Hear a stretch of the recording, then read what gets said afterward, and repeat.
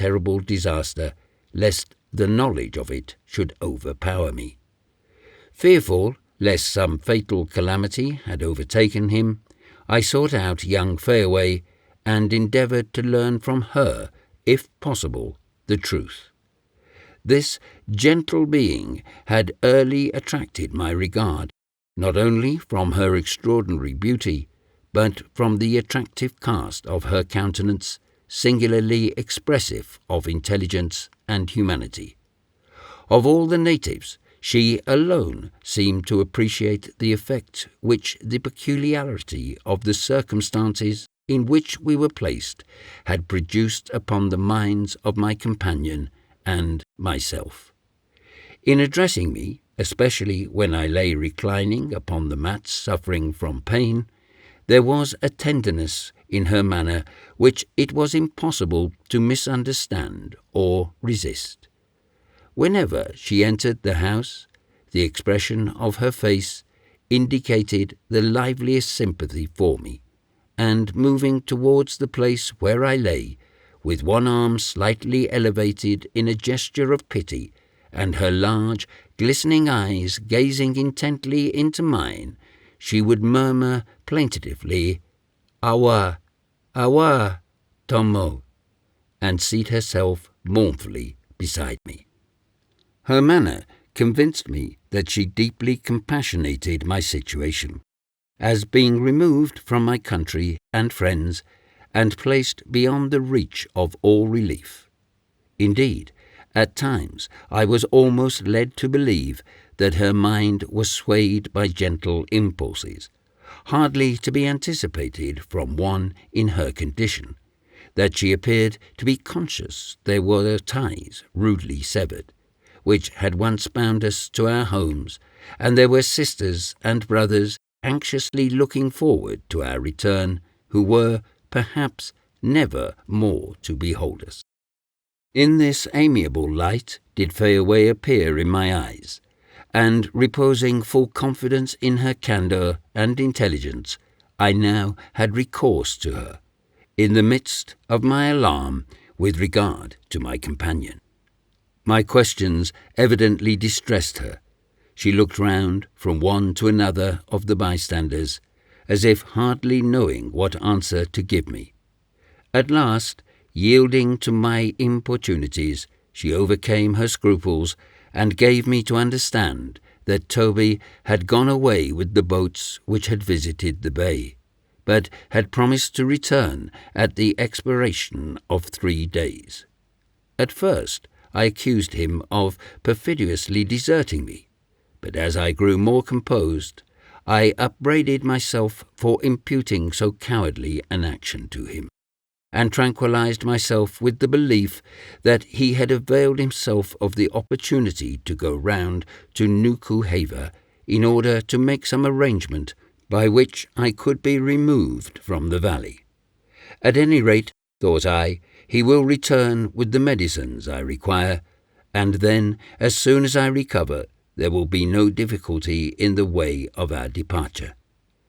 Consoling myself with these reflections, I lay down that night in a happier frame of mind than I had done for some time. The next day passed without any allusion to Toby on the part of the natives, who seemed desirous of avoiding all reference to the subject. This raised some apprehensions in my breast, but when night came, I congratulated myself that the 2nd day had now gone by, and that on the morrow Toby would again be with me. But the morrow came and went, and my companion did not appear. Ah, thought I, he reckons 3 days from the morning of his departure. Tomorrow he will arrive. But that weary day also closed upon me without his return. Even yet I would not despair. I thought that something detained him, that he was waiting for the sailing of a boat at Nukuhava, and that in a day or two at farthest I should see him again. But day after day of renewed disappointment passed by. At last hope deserted me, and I fell a victim to despair.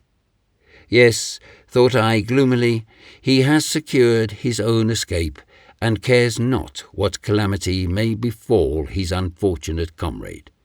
Fool that I was to suppose that anyone would willingly encounter the perils of this valley after having once got beyond its limits. He has gone, and has left me to combat alone the dangers by which I am surrounded.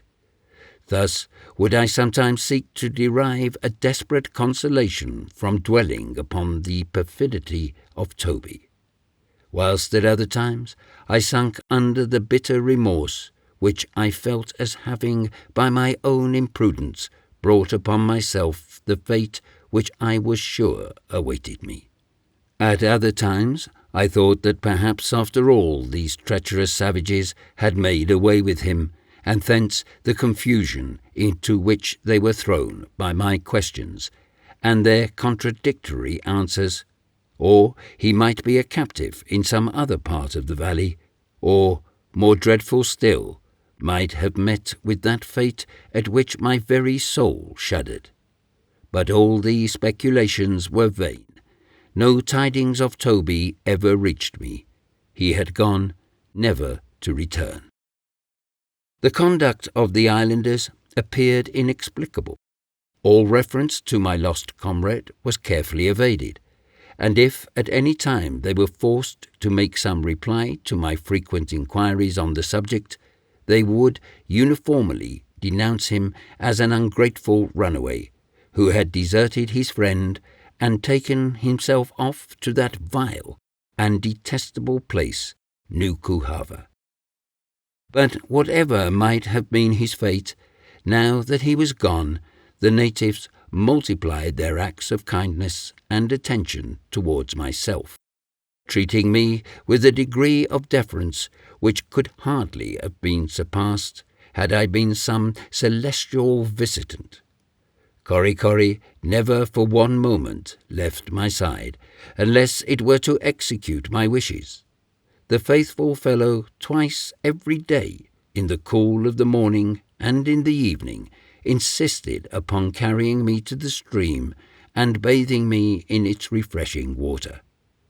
Frequently, in the afternoon, he would carry me to a particular part of the stream, where the beauty of the scene produced a soothing influence upon my mind.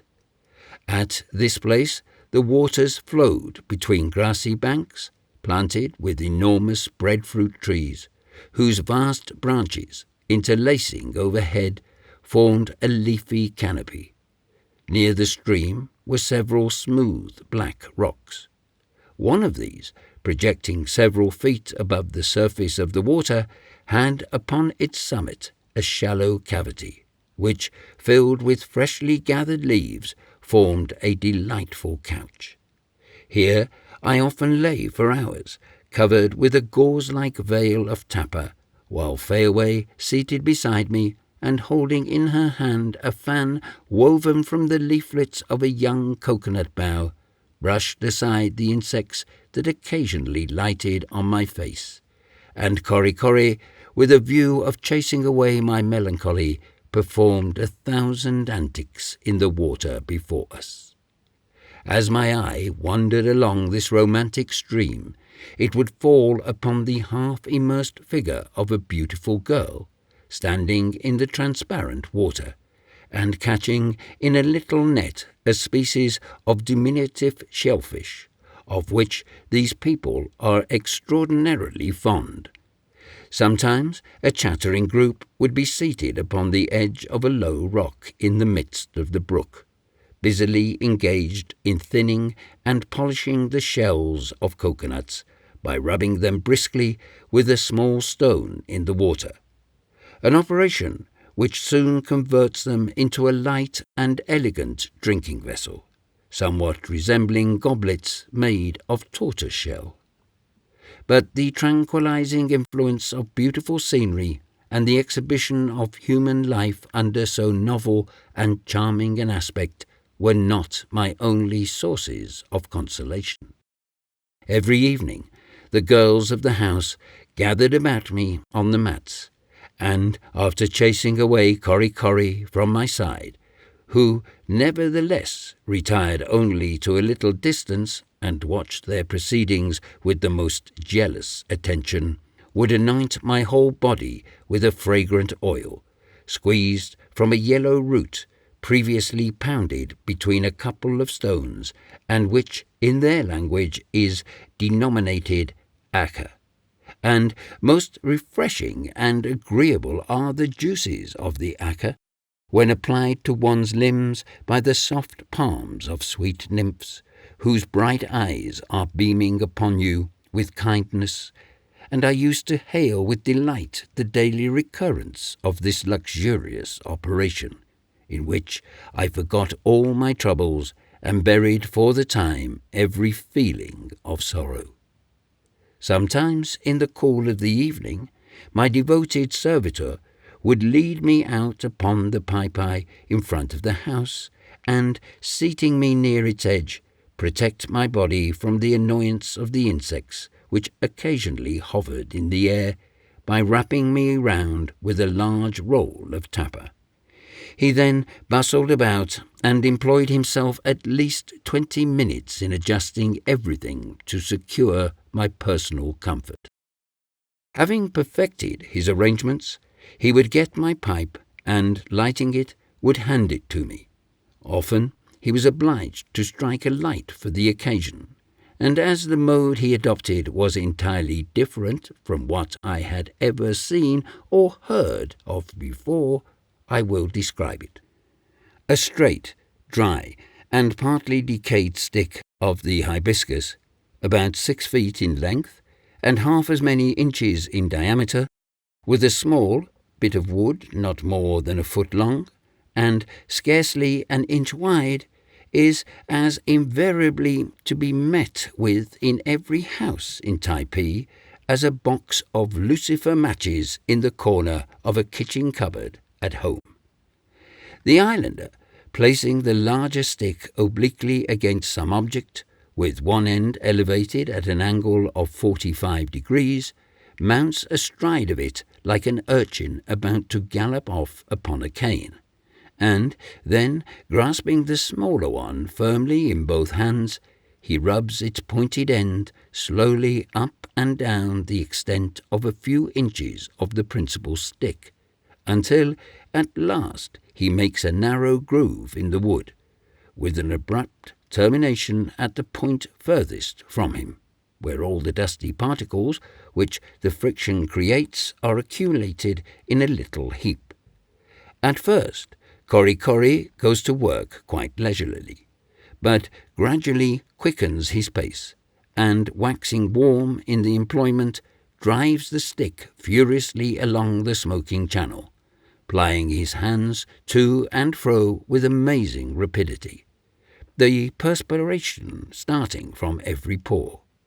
As he approaches the climax of his efforts, he pants and gasps for breath, and his eyes almost start from their sockets with the violence of his exertions. This is the critical stage of the operation. All his previous labours are vain if he cannot sustain the rapidity of the movement until the reluctant spark is produced. Suddenly he stops, becoming perfectly motionless. His hands still retain their hold of the smaller stick, which is pressed convulsively against the further end of the channel among the fine powder there accumulated, as if he had just pierced through and through some little viper that was wriggling and struggling to escape from his clutches. The next moment a delicate wreath of smoke curls spirally into the air, the heap of dusty particles glows with fire, and Korikori, almost breathless, dismounts from his steed. This operation appeared to me to be the most laborious species of work performed in Typee, and had I possessed a sufficient intimacy with the language to have conveyed my ideas upon the subject, I should certainly have suggested to the most influential of the natives the expediency of establishing a college of Vestals to be centrally located in the valley for the purpose of keeping alive the indispensable article of fire, so as to supersede the necessity of such a vast outlay of strength and good temper as were usually squandered on these occasions.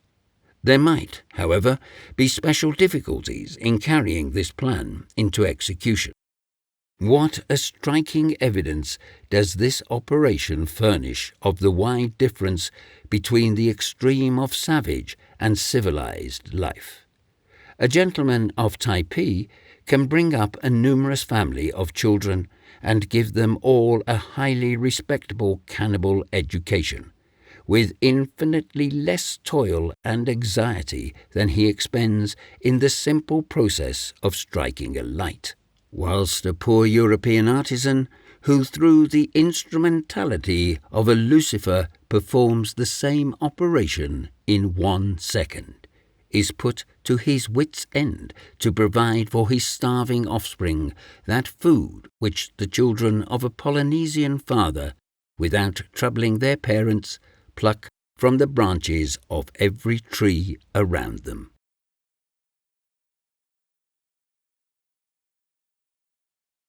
Chapter 15. Kindness of Maheo and the rest of the islanders. A full description of the breadfruit tree. Different modes of preparing the fruit. All the inhabitants of the valley treated me with great kindness, but as to the household of Maheo, with whom I was now permanently domiciled, nothing could suppress their efforts to minister my comfort. To the gratification of my palate, they paid the most unwearied attention.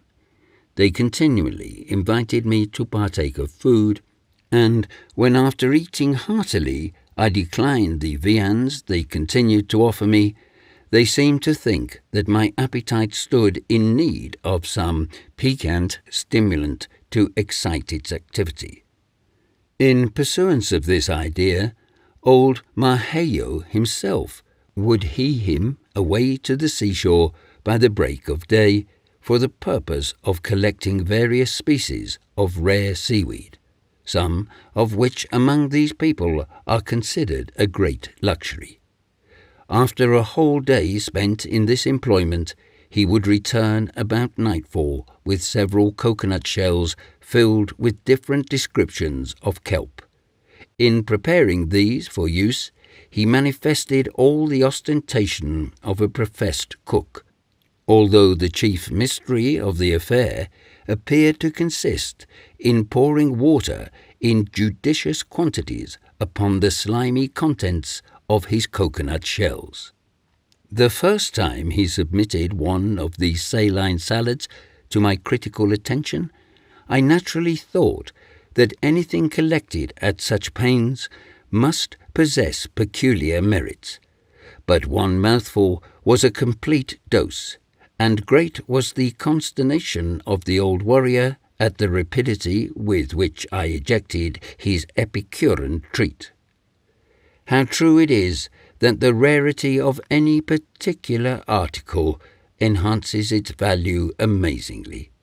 In some part of the valley, I know not where, but probably in the neighbourhood of the sea, the girls were sometimes in the habit of procuring small quantities of salt, a thimbleful or so being the result of the united labours of a party of 5 or 6 employed for the greater part of the day. This precious commodity they brought to the house, enveloped in multitudinous folds of leaves, and as a special mark of the esteem in which they held me, would spread an immense leaf on the ground, and, dropping one by one a few minute particles of the salt upon it, invite me to taste them. From the extravagant value placed upon the article, I verily believe that with a bushel of common Liverpool salt all the real estate in Typee might have been purchased. With a small pinch of it in one hand, and a quarter section of a breadfruit in the other, the greatest chief in the valley would have laughed at all the luxuries of a Parisian table.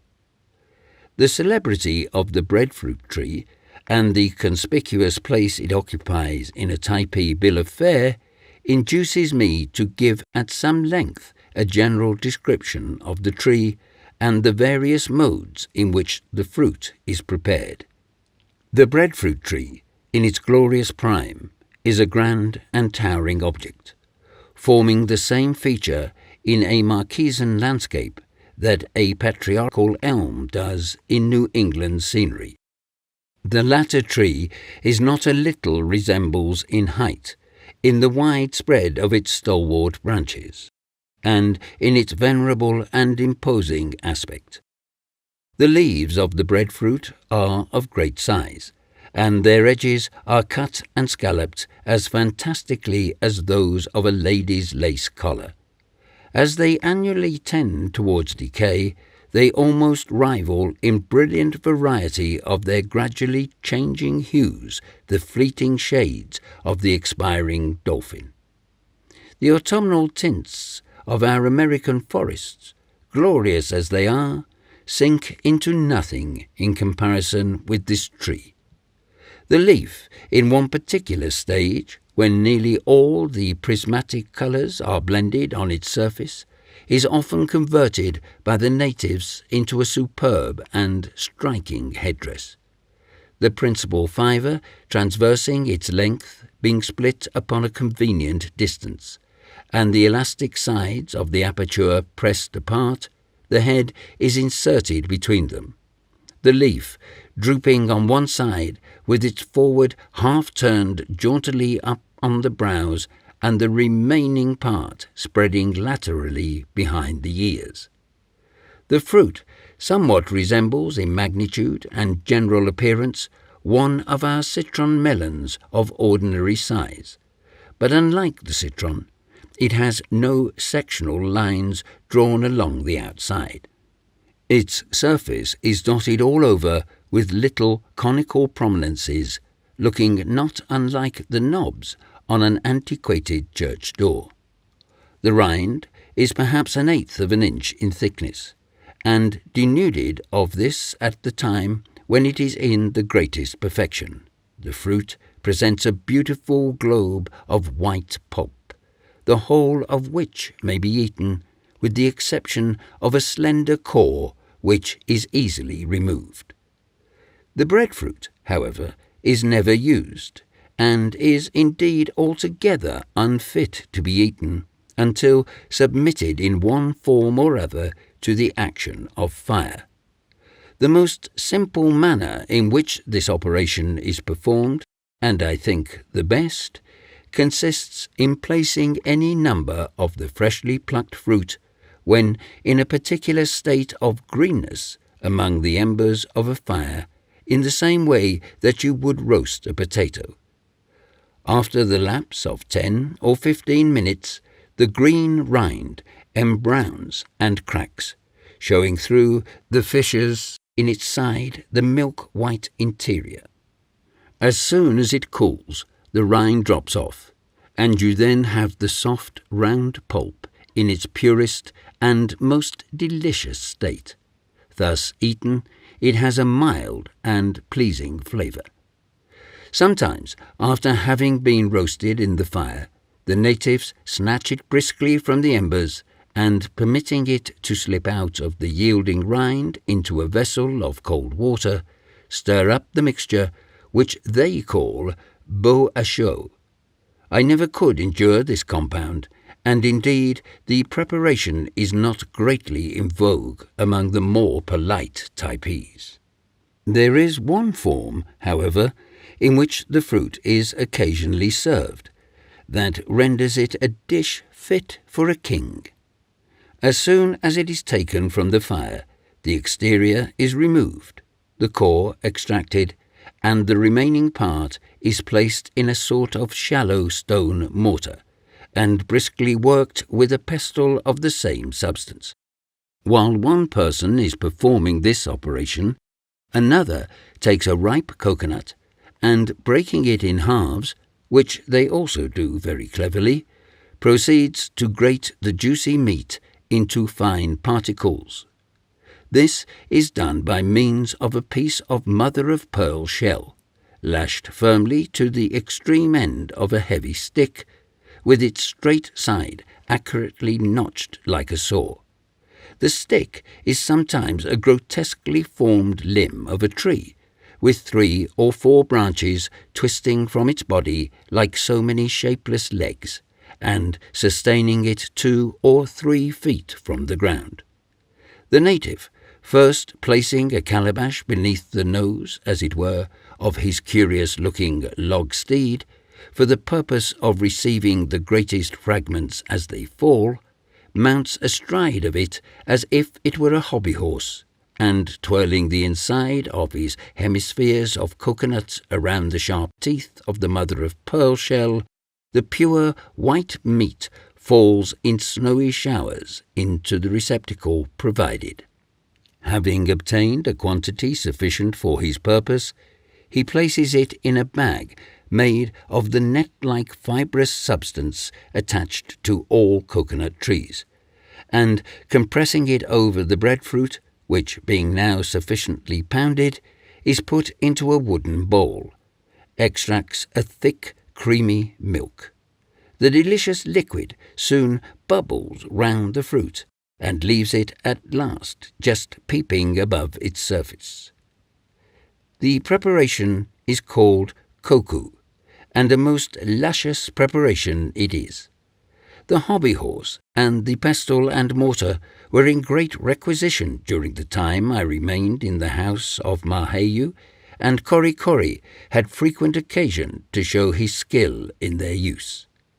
But the great staple articles of food into which the breadfruit is converted by these natives are known respectively by the names of ama and poi poi. At a certain season of the year, when the fruit of the 100 groves of the valley has reached its maturity, and hangs in golden spheres from every branch, the islanders assemble in harvest groups, and garner in the abundance which surrounds them. The trees are stripped of their nodding burdens, which, easily freed from the rind and core, are gathered together in capacious wooden vessels, where the pulpy fruit is soon worked by a stone pestle, vigorously applied, into a blended mass of a doughy consistency called by the natives tuteo. This is then divided into separate parcels, which, after being made up into stout packages, enveloped in successive folds of leaves, and bound round with thongs of bark, are stored away in large receptacles hallowed in the earth, from whence they are drawn as occasion may require. In this condition, the fishes sometimes remains for years, and even is thought to improve by age. Before it is fit to be eaten, however, it has to undergo an additional process. A primitive oven is scooped in the ground, and its bottom being loosely covered with stones, a large fire is kindled within it. As soon as the requisite degree of heat is attained, the embers are removed, and the surface of the stones, being covered with thick layers of leaves, one of the large packets of tutoi is deposited upon them and overspread with another layer of leaves. The whole is then quickly heaped up with earth and forms a sloping mound. The tutoi thus baked is called ama, the action of the oven having converted it into an amber-coloured cakey substance, a little tart, but not at all disagreeable to the taste. By another and final process, the ama is changed into poi poi. This transition is rapidly effected. The ama is placed in a vessel and mixed with water until it gains a proper pudding-like consistency, when, without further preparation, it is in readiness for use. This is the form in which the tutoi is generally consumed. The singular mode of eating it I have already described. Were it not that the breadfruit is thus capable of being preserved for a length of time, the natives might be reduced to a state of starvation, for owing to some unknown cause the trees sometimes fail to bear fruit, and on such occasions the islanders chiefly depend upon the supplies they have been enabled to store away. This stately tree, which is rarely met with upon the Sandwich Islands, and then only of a very inferior quality, and at Tahiti does not abound to a degree that renders its fruit the principal article of food, attains its greatest excellence in the genial climate of the Marquesan group, where it grows to an enormous magnitude and flourishes in the utmost abundance.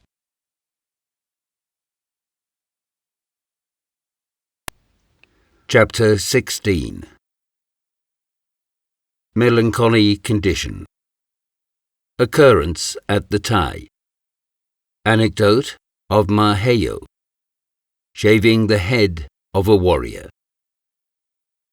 In looking back to this period, and calling to remembrance the numberless proofs of kindness and respect which I received from the natives of the valley, I can scarcely understand how it was that, in the midst of so many consolatory circumstances, my mind should still have been consumed by the most dismal forebodings, and have remained a prey to the profoundest melancholy.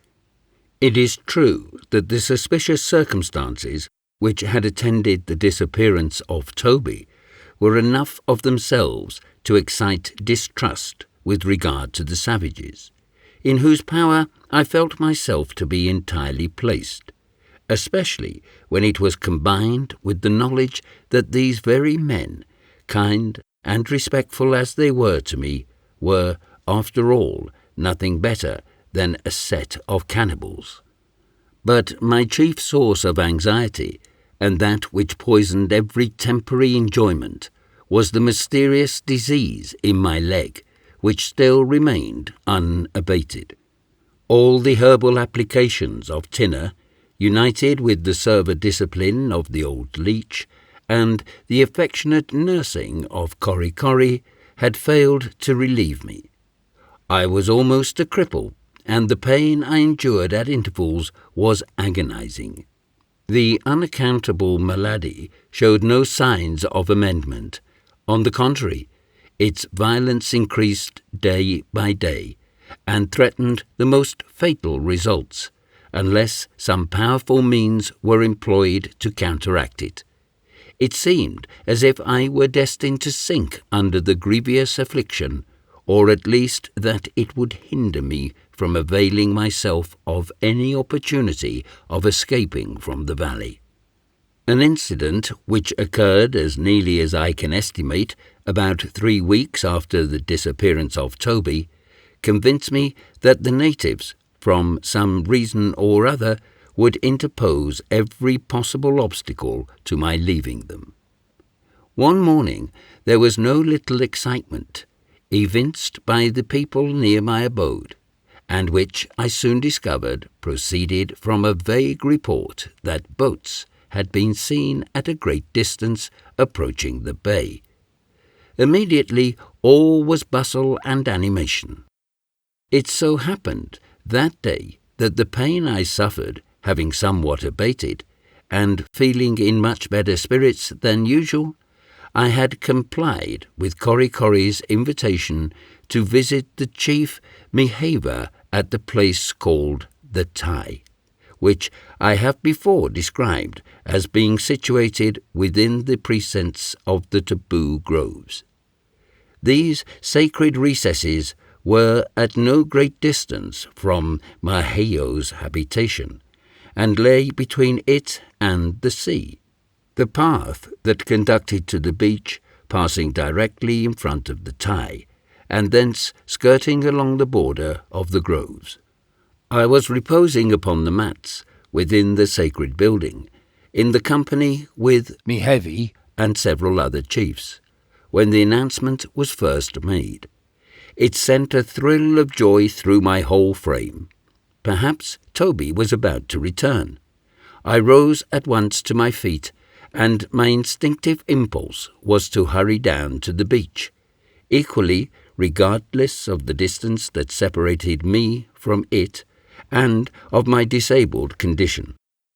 As soon as me heavy noticed the effect the intelligence had produced upon me, and the impatience I betrayed to reach the sea, his countenance assumed that inflexible rigidity of expression which had so awed me on the afternoon of our arrival at the house of Maheo.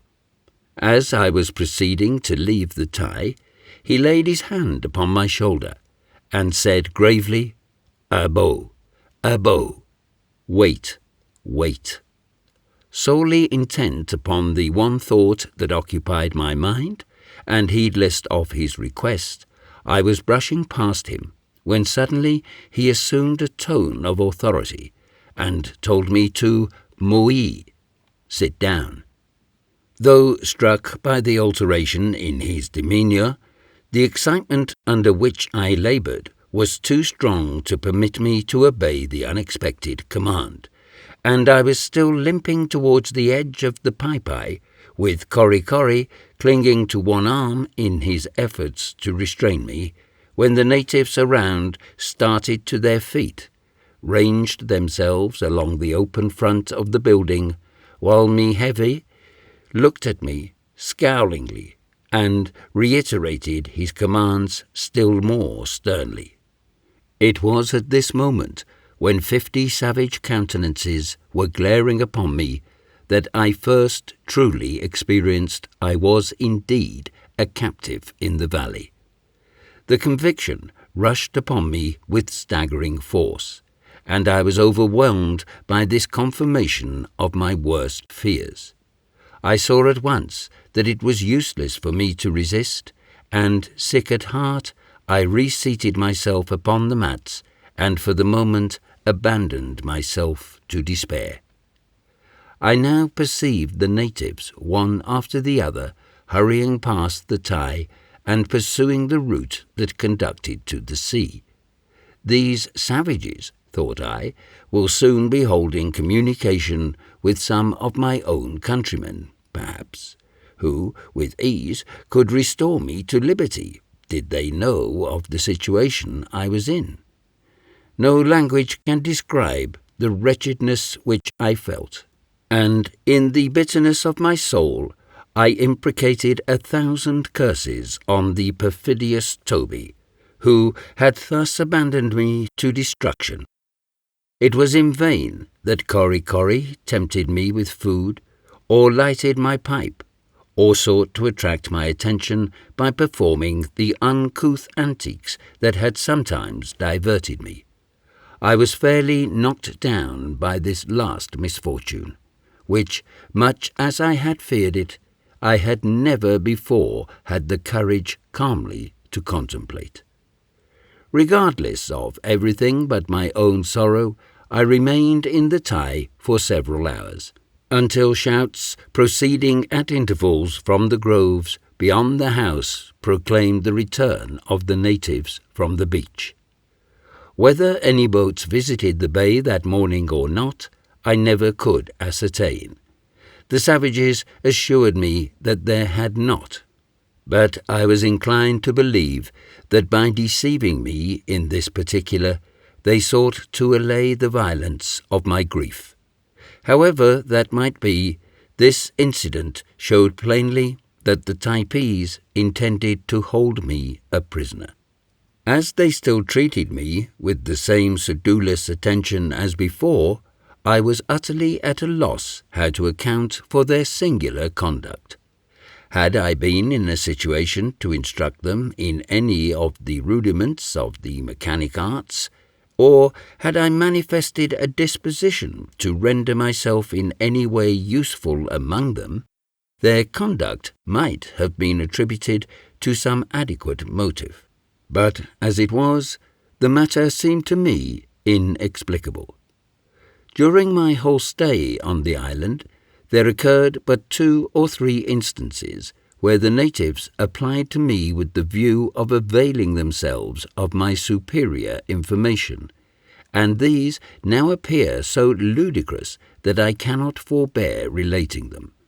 The few things we had brought from Nukuheva had been done up into a small bundle, which we had carried with us in our descent to the valley.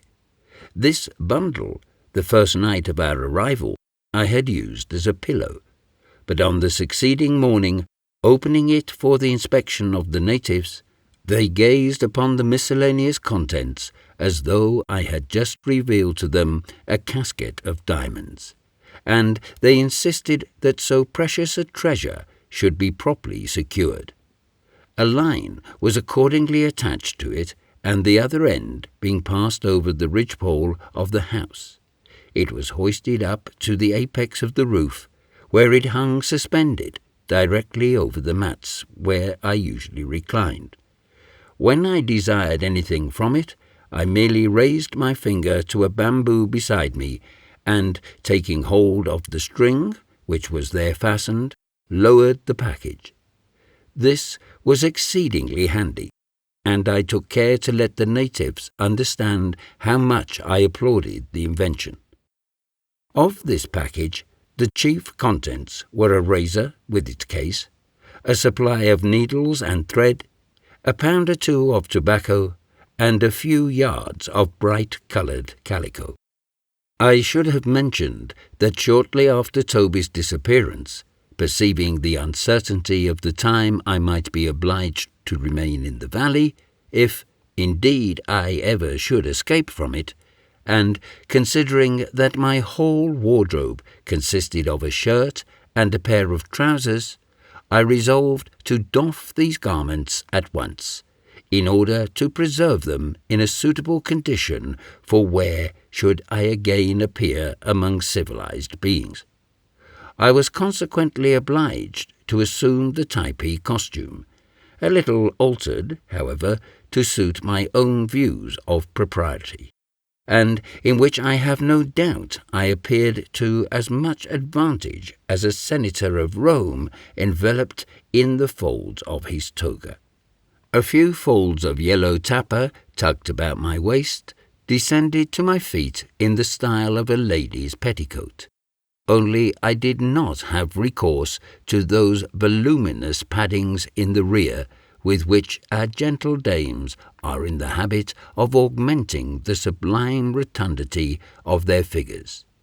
This usually comprised my indoor dress. Whenever I walked out, I superadded to it an ample robe of the same material, which completely enveloped my person and screened it from the rays of the sun. One morning I made a rent in this mantle, and to show the islanders with what facility it could be repaired, I lowered my bundle and, taking from it a needle and thread, proceeded to stitch up the opening. They regarded this wonderful application of science with intense admiration, and, whilst I was stitching away, old Maheo, who was one of the lookers-on, suddenly clapped his hand to his forehead and, rushing to a corner of the house, drew forth a soiled and tattered strip of faded calico, which he must have procured some time or other in traffic on the beach, and besought me eagerly to exercise a little of my art upon it. I willingly complied, though certainly so stumpy a needle as mine never took such gigantic strides over calico before. The repairs completed, old Maheo gave me a paternal hug, and, divesting himself of his maro, girdle, swathed the calico about his loins, and slipping the beloved ornaments into his ears, grasped his spear, and sallied out of the house, like a valiant Templar arrayed in a new and costly suit of armour. I never used my razor during my stay in the island, but although a very subordinate affair, it had been vastly admired by the Typees, and Narmoni, a great hero among them, who was exceedingly precise in the arrangements of his toilet and the general adjustment of his person, being the most accurately tattooed and laboriously horrified individual in all the valley, thought it would be a great advantage to have it applied to the already shaven crown of his head. The implement they usually employ is a shark's tooth, which is about as well adapted to the purpose as a one-pronged fork for pitching hay. No wonder, then, that the acute Narmoni perceived the advantage my razor possessed over the usual implement. Accordingly, one day he requested as a personal favour that I would just run over his head with the razor. In reply, I gave him to understand that it was too dull and could not be used to any purpose without being previously sharpened. To assist my meaning, I went through an imaginary honing process on the palm of my hand. Narmoni took my meaning in an instant, and, running out of the house, returned the next moment with a huge rough mass of rock, as big as a millstone, and indicated to me that that was exactly the thing I wanted. Of course, there was nothing left for me but to proceed to business, and I began scraping away at a great rate. He writhed and wriggled under the infliction, but, fully convinced of my skill, endured the pain like a martyr. Though I never saw Narmoni in battle, I will, from what I then observed, stake my life upon his courage and fortitude. Before commencing operations, his head had presented a surface of short, bristling hairs, and by the time I had concluded my unskilful operation, it resembled not a little a stubble field after being gone over with a harrow. However, as the chief expressed the liveliest satisfaction at the result, I was too wise to dissent from his opinion.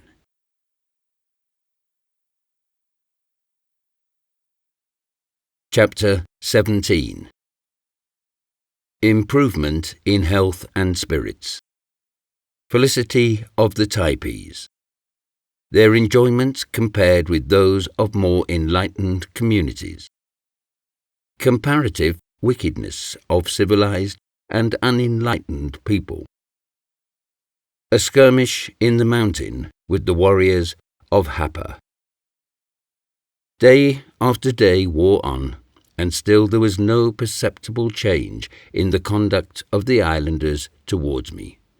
Gradually, I lost all knowledge of the regular recurrence of the days of the week, and sunk insensibly into that kind of apathy which ensues after some violent outburst of despair. My limb suddenly healed, and the swelling went down. The pain subsided, and I had every reason to suppose I should soon completely recover from the affliction that had so long tormented me. As soon as I was enabled to ramble about the valley in company with the natives, troops of whom followed me whenever I sallied out of the house, I began to experience an elasticity of mind which placed me beyond the reach of those dismal forebodings to which I had so lately been a prey. Received wherever I went with the most deferential kindness, regaled perpetually with the most delightful fruits, ministered to by dark-eyed nymphs, and enjoying besides all the service of the devoted Kori, I thought that, for a sojourn among cannibals, no man could have well made a more agreeable one. To be sure, there were limits set to my wanderings. Toward the sea, my progress was barred by an express prohibition of the savages, and after having made 2 or 3 ineffectual attempts to reach it, as much to gratify my curiosity as anything else, I gave up the idea. It was in vain to think of reaching it by stealth, since the natives escorted me in numbers wherever I went, and not for one single moment that I can recall to mind was I ever permitted to be alone.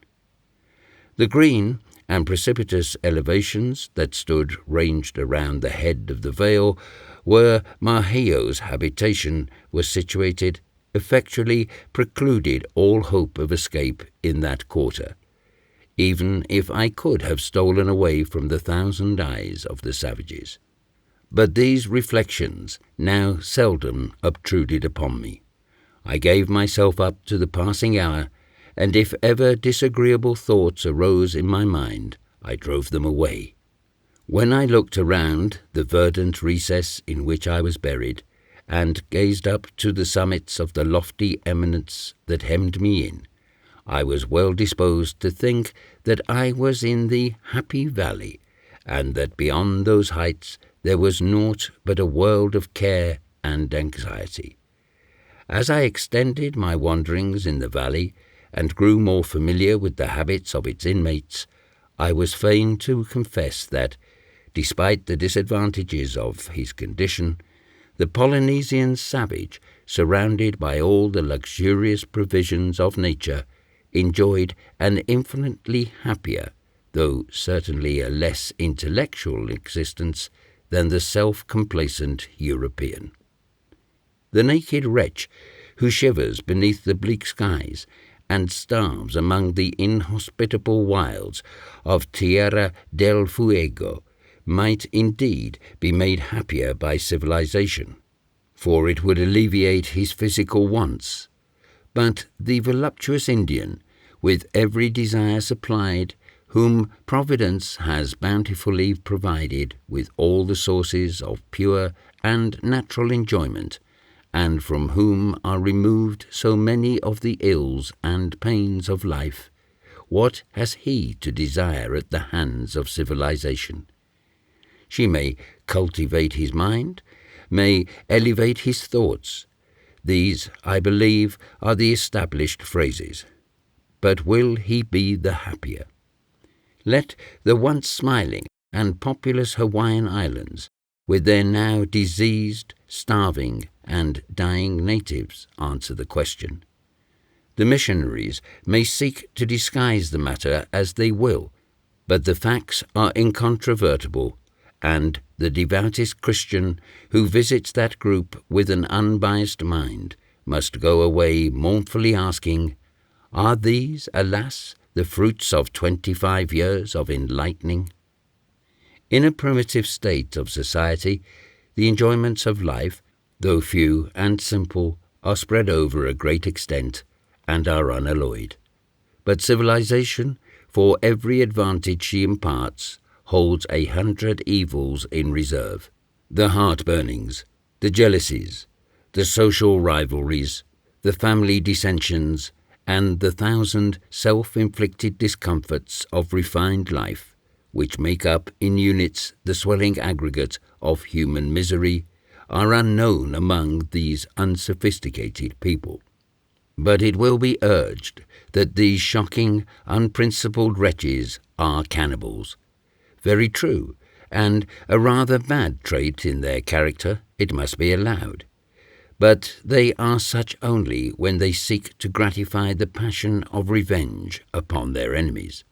And I ask whether the mere eating of human flesh so very far exceeds in barbarity that custom which only a few years since was practised in enlightened England.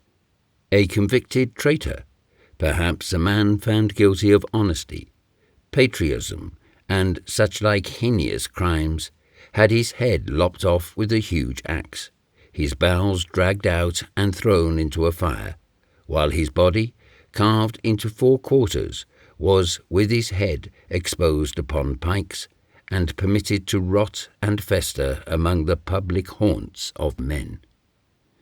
The fiend-like skill we displayed in the invention of all manner of death-dealing engines, the vindictiveness with which we carry on our wars, and the misery and desolation that follow in their train, are enough of themselves to distinguish the white civilized man as the most ferocious animal on the face of the earth. His remorseless cruelty is seen in many of the institutions of our own favoured land. There is one in particular lately adopted in one of the states of the Union, which purports to have been dictated by the most merciful considerations.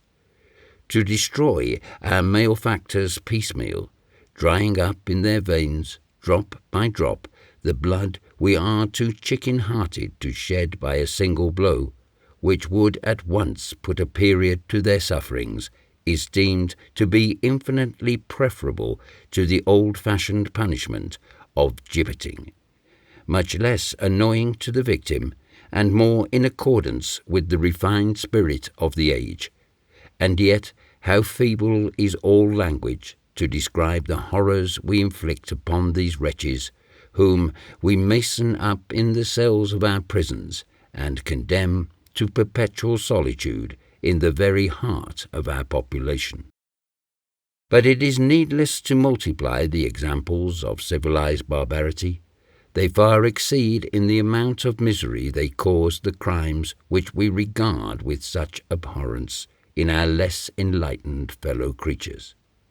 The term savage is, I conceive, often misapplied, and indeed, when I consider the vices, cruelties, and enormities of every kind that spring up in the tainted atmosphere of a feverish civilization, I am inclined to think that so far as the relative wickedness of the parties is concerned, 4 or 5 Marquesan Islanders sent to the United States as missionaries might be quite as useful as an equal number of Americans dispatched to the islands in a similar capacity. I once heard it given as an instance of the frightful depravity of a certain tribe in the Pacific that they had no word in their language to express the idea of virtue. The assertion was unfounded, but were it otherwise, it might be met by stating that their language is almost entirely destitute of terms to express the delightful ideas conveyed by our endless catalogue of civilized crimes. In the altered frame of mind to which I have referred, every object that presented itself to my notice in the valley struck me in a new light, and the opportunities I now enjoyed of observing the manners of its inmates tended to strengthen my favourable impressions. One peculiarity that fixed my admiration was the perpetual hilarity reigning through the whole extent of the vale. There seemed to be no cares, griefs, troubles, or vexations in all Typee. The hours tripped along as gaily as the laughing couples down a country dance. There were none of those thousand sources of irritation that the ingenuity of civilized man has created to mar his own felicity.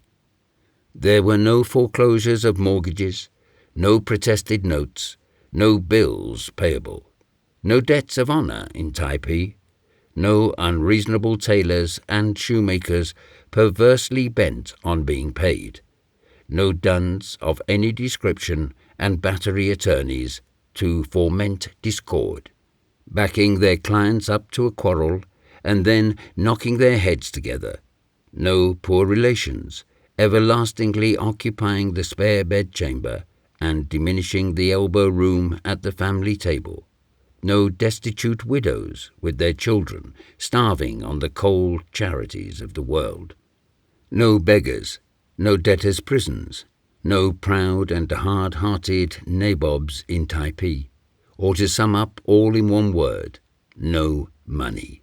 That root of all evil was not to be found in the valley. In this secluded abode of happiness there were no cross old women, no cruel stepdames, no withered spinsters, no lovesick maidens, no sour old bachelors, no inattentive husbands, no melancholy young men, no blubbering youngsters, and no squalling brats. All was mirth, fun, and high good humour. Blue devils, hypochondria, and doleful dumps went and hid themselves among the nooks and crannies of the rocks. Here you would see a parcel of children frolicking together the livelong day, and no quarrelling, no contention among them. The same number in our own land could not have played together for the space of an hour without biting or scratching one another. There you might have seen a throng of young females, not filled with envyings of each other's charms, nor displaying the ridiculous affections of gentility, nor yet moving in whalebone corsets like so many automatons, but free, artificially happy and unconstrained. There were some spots in that sunny vale where they would frequently resort to decorate themselves with garlands of flowers. To have seen them reclining beneath the shadows of one of the beautiful groves, the ground about them strewn with freshly gathered buds and blossoms, employed in weaving chaplets and necklaces, one would have thought that all the train of Flora had gathered together to keep a festival in honour of their mistress. With the young men, there seemed almost always some matter of diversion or business on hand that afforded a constant variety of enjoyment. But whether fishing, or carving canoes, or polishing their ornaments, never was there exhibited the least sign of strife or contention among them. As for the warriors, they maintained a tranquil dignity of demeanour, journeying occasionally from house to house, where they were always sure to be received with the attention bestowed upon distinguished guests. The old men, of whom there were many in the vale, seldom stirred from their mats, where they would recline for hours and hours, smoking and talking to one another with all the garrulity of age.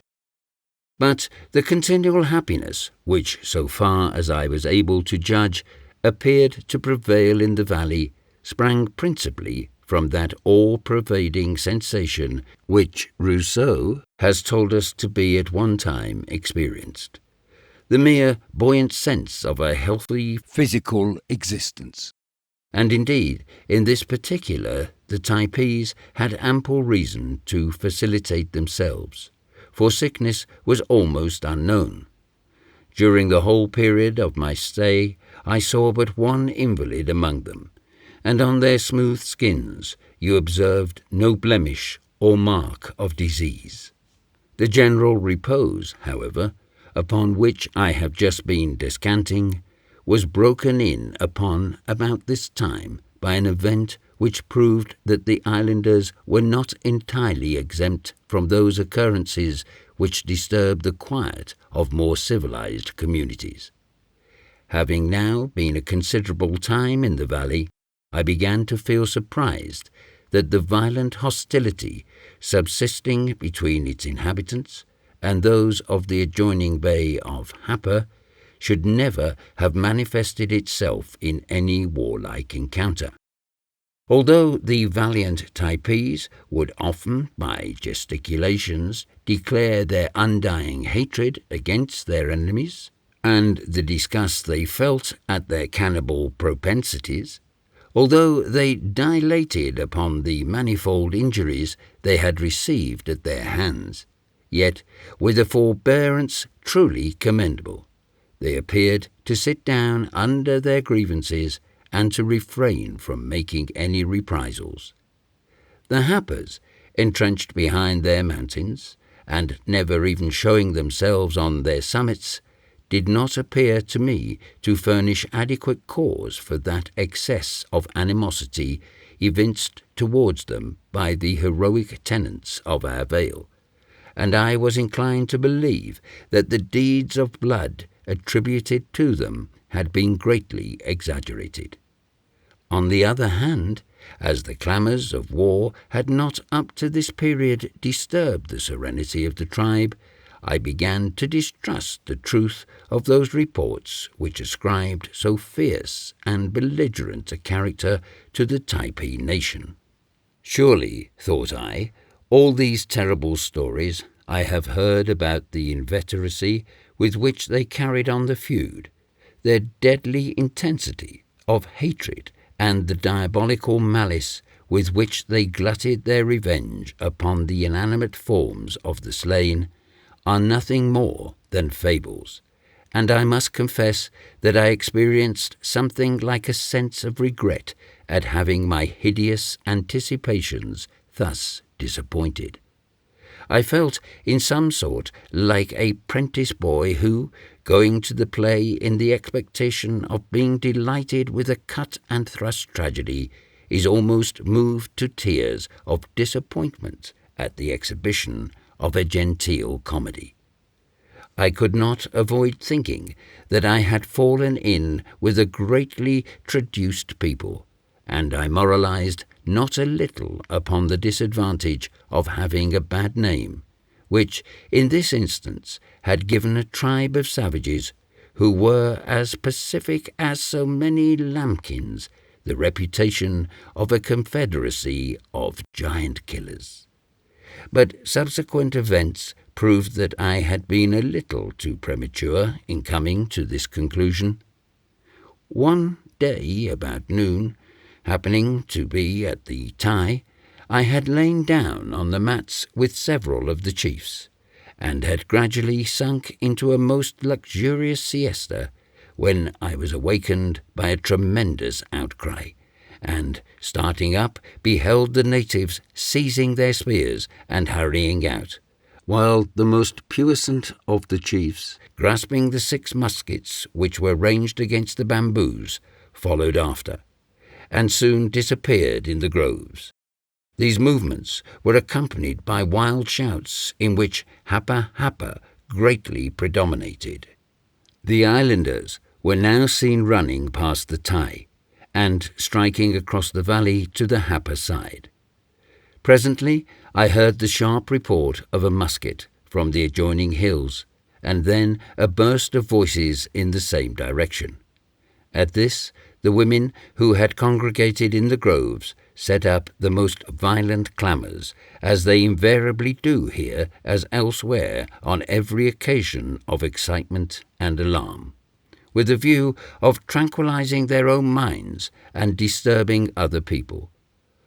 On this particular occasion they made such an outrageous noise, and continued it with such perseverance, that for a while, had entire volleys of musketry been fired off in the neighbouring mountains, I should not have been able to have heard them. When this female commotion had a little subsided, I listened eagerly for further information. At last, bang, went another shot, and then a second volley of yells from the hills. Again, all was quiet, and continued so for such a length of time that I began to think the contending armies had agreed upon a suspension of hostilities, when pop went a third gun, followed as before with a yell. After this, for nearly 2 hours nothing occurred worthy of comment, save some straggling shouts from the hillside, sounding like the halloos of a parcel of truant boys who had lost themselves in the woods.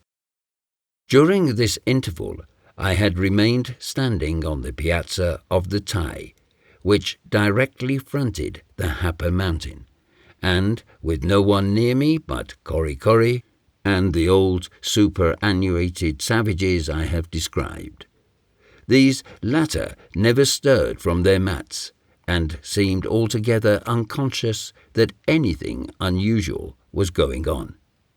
As for Korikori, he appeared to think that we were in the midst of great events, and sought most zealously to impress me with a due sense of their importance. Every sound that reached us conveyed some momentous item of intelligence to him. At such times, as if he were gifted with second sight, he would go through a variety of pantomimic illustrations, showing me the precise manner in which the redoubtable Typees were at that very moment chastising the insolence of the enemy. Mi hevi, hana, pip pi, nui, hapa, he exclaimed every 5 minutes, giving me to understand that under that distinguished captain the warriors of his nation were performing prodigies of valour. Having heard only 4 reports from the muskets, I was led to believe that they were worked by the islanders in the same manner as the Sultan Solomon's ponderous artillery at the siege of Byzantium, one of them taking an hour or 2 to load and train. At last, no sound whatever proceeding from the mountains, I concluded that the contest had been determined one way or the other. Such appeared, indeed, to be the case, for in a little while a courier arrived at the Typee, almost breathless with his exertions, and communicated the news of a great victory having been achieved by his countrymen. "Hapa pu ava, hapa pu ava." The cowards had fled. Corry was in ecstasies, and commenced a vehement harangue, which, so far as I understood it, implied that the result exactly agreed with his expectations, and which, moreover, was intended to convince me that it would be a perfectly useless undertaking, even for an army of fire-eaters, to offer battle to the irresistible heroes of our valley. In all this I of course acquiesced, and looked forward with no little interest to the return of the conquerors, whose victory I feared might not have been purchased without cost to themselves. But here I was again mistaken, for Mehevi, in conducting his warlike operations, rather inclined to the Fabian than to the Bonapartean tactics, husbanding his resources and exposing his troops to no unnecessary hazards. The total loss of the victors in this obstinately contested affair was, in killed, wounded, and missing, 1 forefinger and part of a thumbnail, which the late proprietor brought along with him in his hand, a severely contused arm, and a considerable effusion of blood flowing from the thigh of a chief who had received an ugly thrust from a hapa spear. What the enemy had suffered I could not discover, but I presume they had succeeded in taking off with them the bodies of their slain. Such was the issue of the battle, as far as its results came under my observation, and as it appeared to be considered an event of prodigious importance, I reasonably concluded that the wars of the natives were marked by no very sanguinary traits. I afterwards learned how the skirmish had originated. A number of the hapas had been discovered prowling for no good purpose on the Typee side of the mountain. The alarm sounded, and the invaders, after a protracted resistance, had been chased over the frontier. But why had not the intrepid Mehevi carried the war into Hapa? Why had he not made a descent into the hostile vale, and brought away some trophy of his victory, some materials for the cannibal entertainment which I had heard usually terminated every engagement? After all, I was much inclined to believe that these shocking festivals must occur very rarely among the islanders, if, indeed, they ever take place. For 2 or 3 days the late event was the theme of general comment, after which the excitement gradually wore away and the valley resumed its accustomed tranquillity.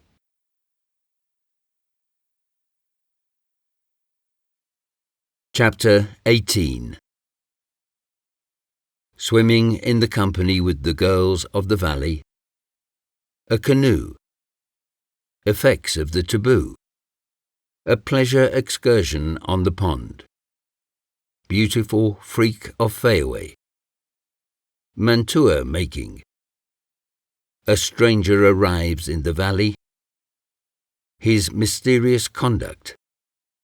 Native oratory. The interview. Its results. Departure of the stranger.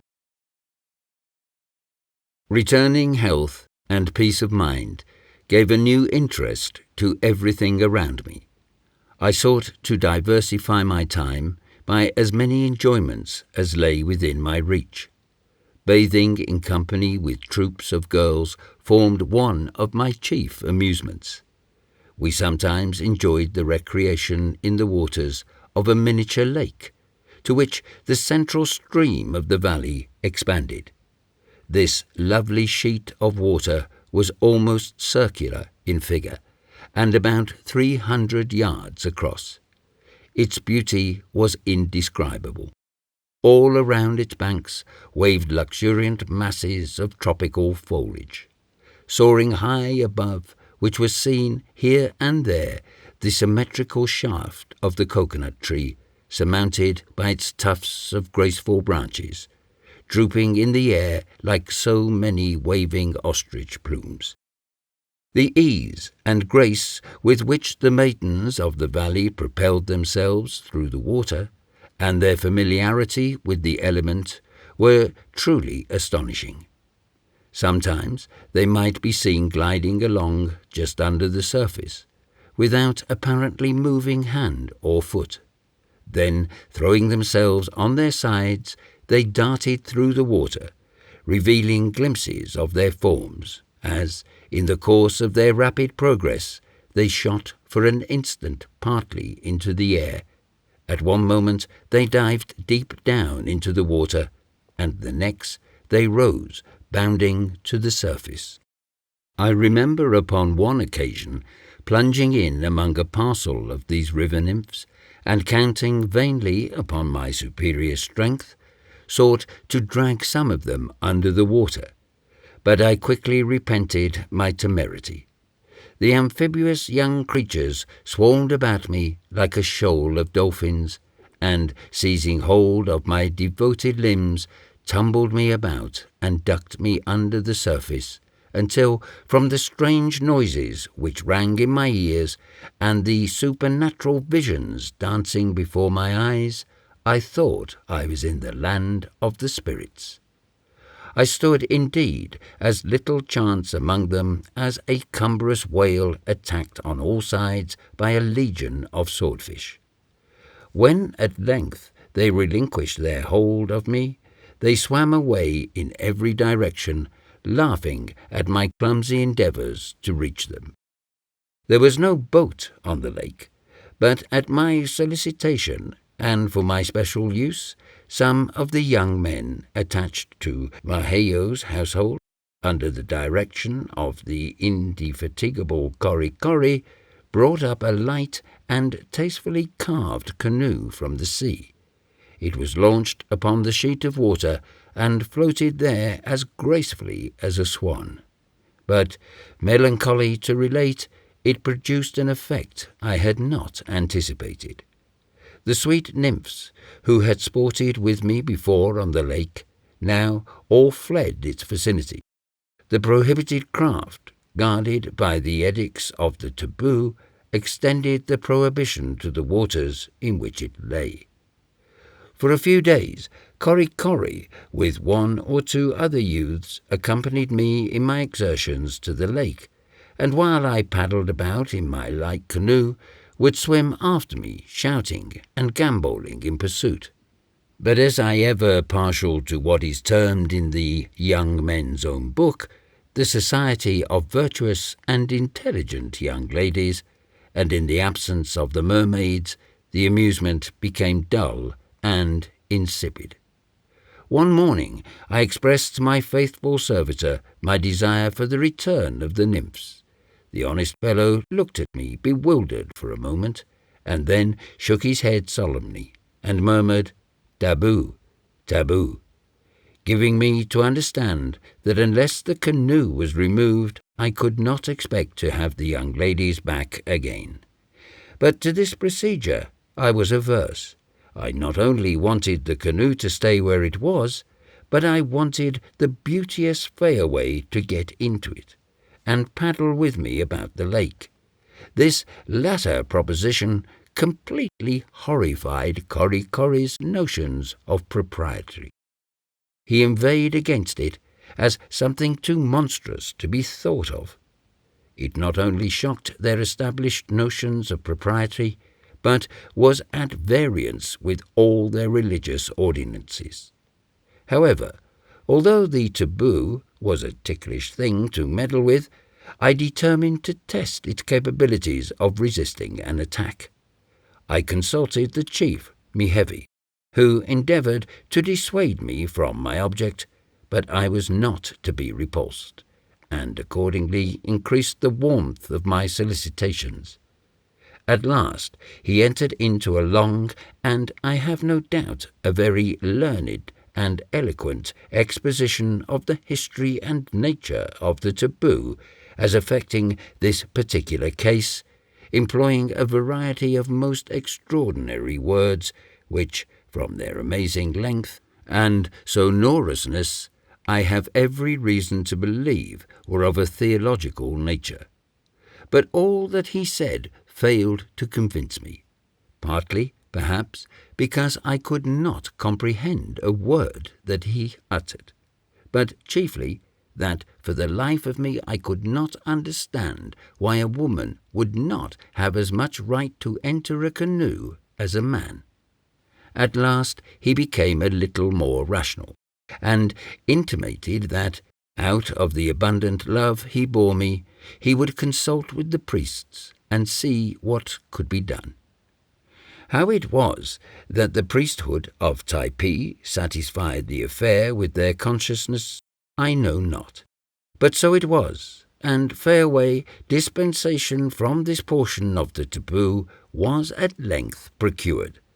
Such an event, I believe, never before had occurred in the valley, but it was high time the islanders should be taught a little gallantry, and I trust that the example I set them may produce beneficial effects. Ridiculous, indeed, that the lovely creatures should be obliged to paddle about in the water like so many ducks, while a parcel of great strapping fellows skimmed over its surface in their canoes. The first day after Fairway's emancipation, I had a delightful little party on the lake. The damsels, Cori, and myself. My zealous body-servant brought from the house a calabash of poe, half a dozen young coconuts, stripped of their husks, 3 pipes, as many yams, and me on his back a part of the way. Something of a load, but Cori was a very strong man for his size, and by no means brittle in the spine. We had a very pleasant day. My trusty valet plied the paddle and swept us gently along the margin of the water, beneath the shades of the overhanging thickets. Fairway and I reclined in the stern of the canoe on the very best terms possible with one another, the gentle nymph occasionally placing her pipe to her lip and exhaling the mild fumes of the tobacco, to which her rosy breath added a fresh perfume. Strange as it may seem, there is nothing in which a young and beautiful female appears to more advantage than in the act of smoking. How captivating is a Peruvian lady, swinging in her gaily woven hammock of grass, extended between 2 orange trees, and inhaling the fragrance of a choice cigarro.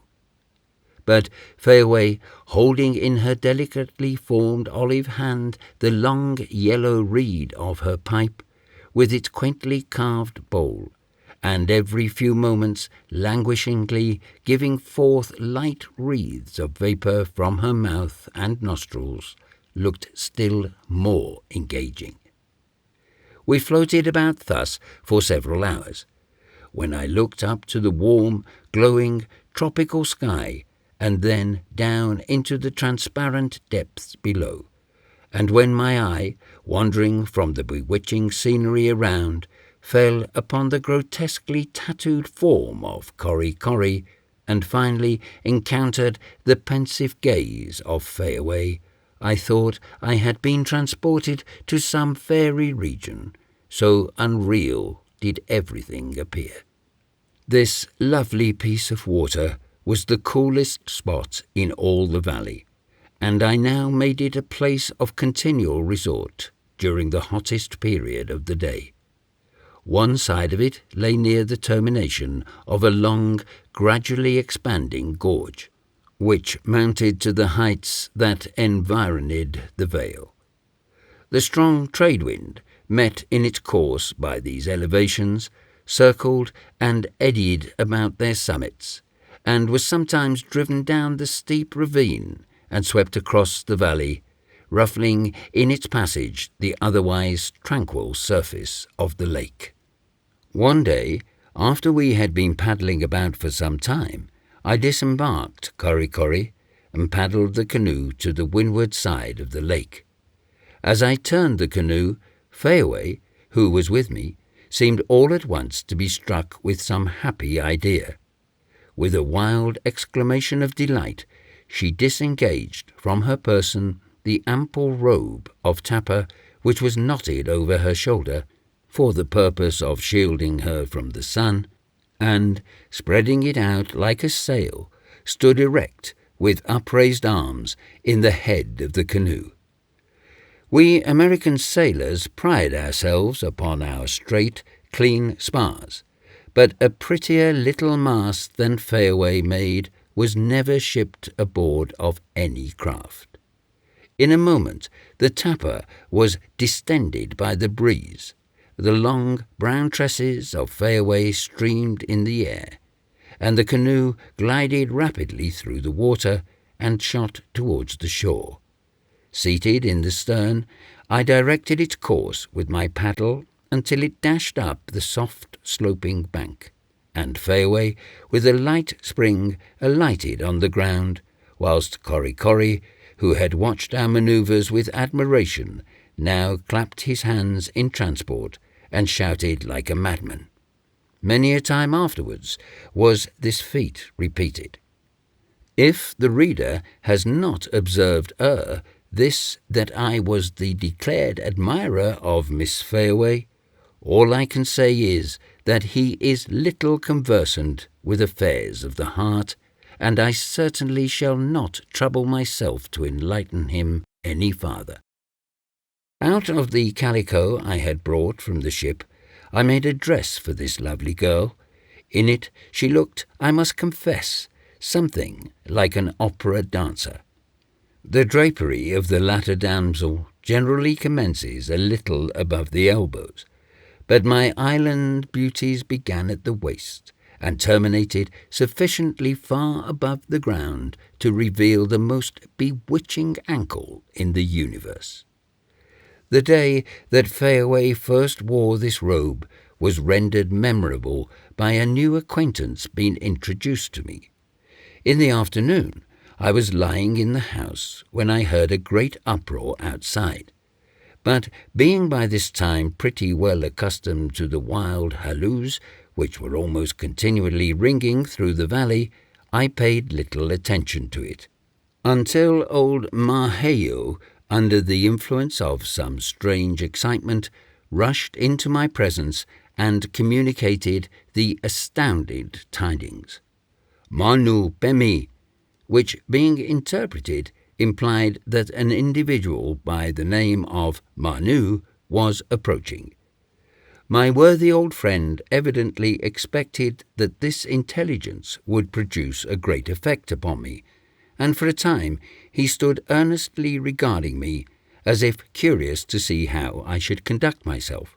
But as I remained perfectly unmoved, the old gentleman darted out of the house again, in as great a hurry as he had entered it. Manu, cogitated I. I have never heard that name before. Some distinguished character, I presume, from the prodigious riot the natives are making. The tumultuous noise drawing nearer and nearer every moment, while Manu was shouted by every tongue. I made up my mind that some savage warrior of consequence, who had not yet enjoyed the honour of an audience, was desirous of paying his respects on the present occasion. So vain had I become by the lavish attention to which I had been accustomed that I felt half inclined, as a punishment for such neglect, to give this Manu a cold reception. When the excited throng came within view, convoying one of the most striking specimens of humanity that I ever beheld. The stranger could not have been more than 25 years of age, and was a little above the ordinary height. Had he a single hair's breadth taller, the matchless symmetry of his form would have been destroyed. His unclad limbs were beautifully formed, whilst the elegant outline of his figure, together with his beardless cheeks, might have entitled him to the distinction of standing for the statue of the Polynesian Apollo. And indeed the oval of his countenance and the regality of every feature reminded one of an antique bust. But the marble repose of art was supplied by a warmth and liveliness of expression only to be seen in the South Sea Islander under the most favourable developments of nature. The hair of Manu was a rich curling brown, and twined about his temples and neck in little close curling ringlets, which danced upon and down continually when he was animated in conversation.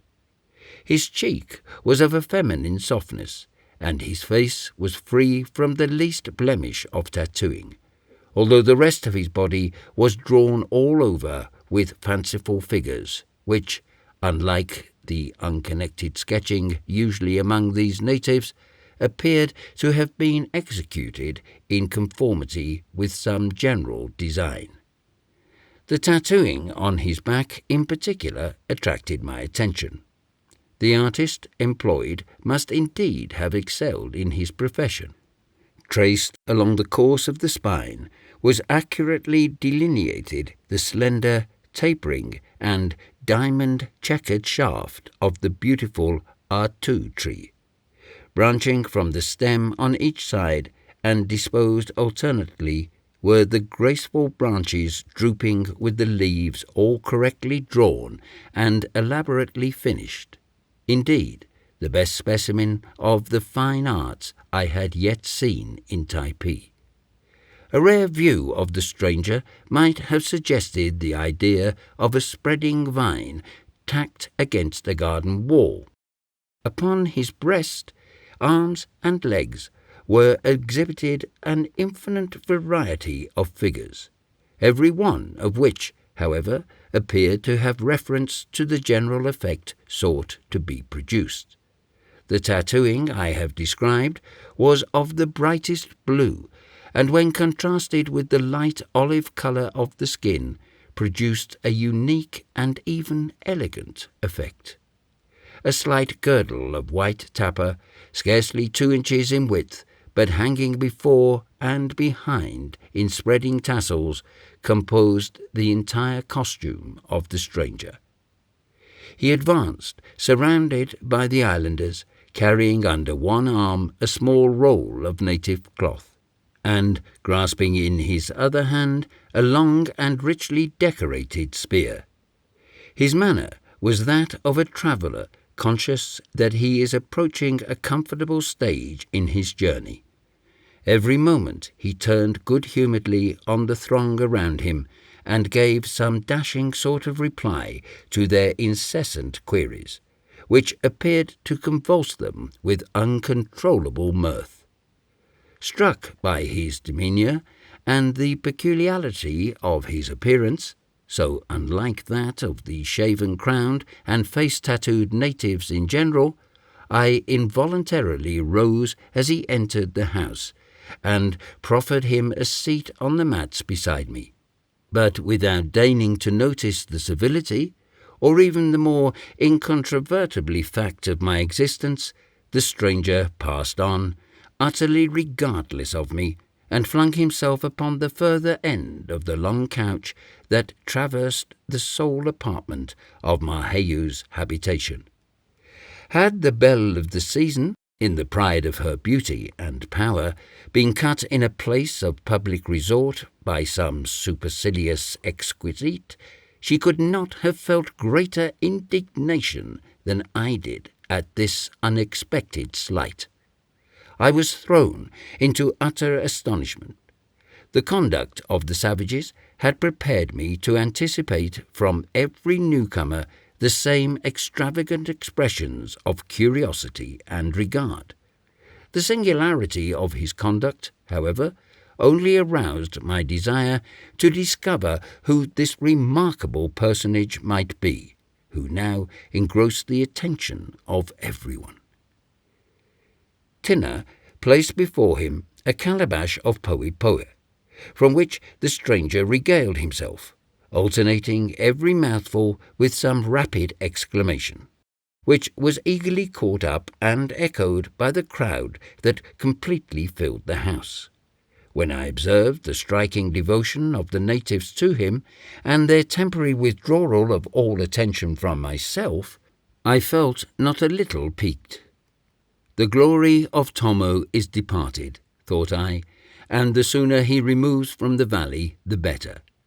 These were my feelings at the moment, and they were prompted by that glorious principle inherent in all heroic natures, the strong-rooted determination to have the biggest share of the pudding or to go without any of it. Manu, that all-attractive personage, having satisfied his hunger and inhaled a few whiffs from a pipe which was handed to him, launched out in a harangue which completely enchained the attention of his auditors. Little as I understood of the language, yet from his animated gestures and the varying expression of his features, reflected as from so many mirrors in the countenances around him, I could easily discover the nature of those passions which he sought to arouse. From the frequent recurrence of the words nuku-hava and frani, French, and some others with the meaning of which I was acquainted, he appeared to be rehearsing to his auditors events which had recently occurred in the neighbouring bays. But how he had gained the knowledge of these matters I could not understand, unless it were that he had just come from Nuku-hava, a supposition which his travel-stained appearance not a little supported. But if a native of that region, I could not account for his friendly reception at the hands of the Typees. Never, certainly, had I beheld so powerful an exhibition of natural eloquence as Manu displayed during the course of his oration. The grace of the attitudes into which he threw his flexible figure, the striking gestures of his naked arms, and above all, the fire which shot from his brilliant eyes imparted an effect to the continually changing accents of his voice, of which the most accomplished orator might have been proud.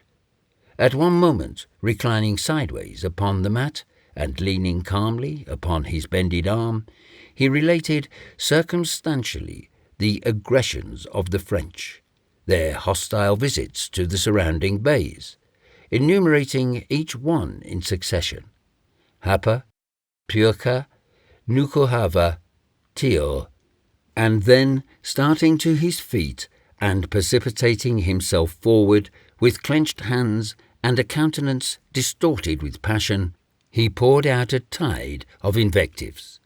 Falling back into an attitude of lofty command, he exhorted the Typees to resist these encroachments, reminding them with a fierce glance of exultation that as yet the terror of their name had preserved them from attack, and with a scornful sneer he sketched in ironical terms the wondrous intrepidity of the French who, with 5 war canoes and hundreds of men, had not dared to assail the naked warriors of their valley.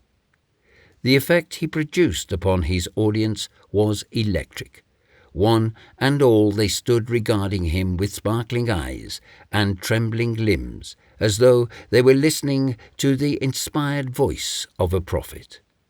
but it soon appeared that Manu's powers were as versatile as they were extraordinary. As soon as he had finished his vehement harangue, he threw himself again upon the mats and, singling out individuals in the crowd, addressed them by name, in a sort of bantering style, the humour of which, though nearly hidden from me, filled the whole assembly with uproarious delight. He had a word for everybody, and, turning rapidly from one to another, gave utterance to some hasty witticism, which was sure to be followed by peals of laughter. To the females, as well as to the men, he addressed his discourse. Heaven only knows what he said to them, but he caused smiles and blushes to mantle their ingenuous faces. I am, indeed, very much inclined to believe that Manu, with his handsome person and captivating manners, was a sad deceiver among the simple maidens of the island. During all this time he had never, for one moment, deigned to regard me. He appeared, indeed, to be altogether unconscious of my presence. I was utterly at a loss how to account for this extraordinary conduct. I easily perceived that he was a man of no little consequence among the islanders, that he possessed uncommon talents, and was gifted with a higher degree of knowledge than the inmates of the valley. For these reasons I therefore greatly feared lest, having, from some cause or other, unfriendly feelings towards me, he might exert his powerful influence to do me mischief. It seemed evident that he was not a permanent resident of the Vale, and yet whence could he have come? On all sides the Typees were girt in by hostile tribes, and how could he possibly, if belonging to any of these, be received with so much cordiality? The personal appearance of the enigmatical stranger suggested additional perplexities. The face, free from tattooing, and the unshaven crown were peculiarities I had never before remarked in any part of the island, and I had always heard that the contrary were considered the indispensable distinction of a Marquesan warrior.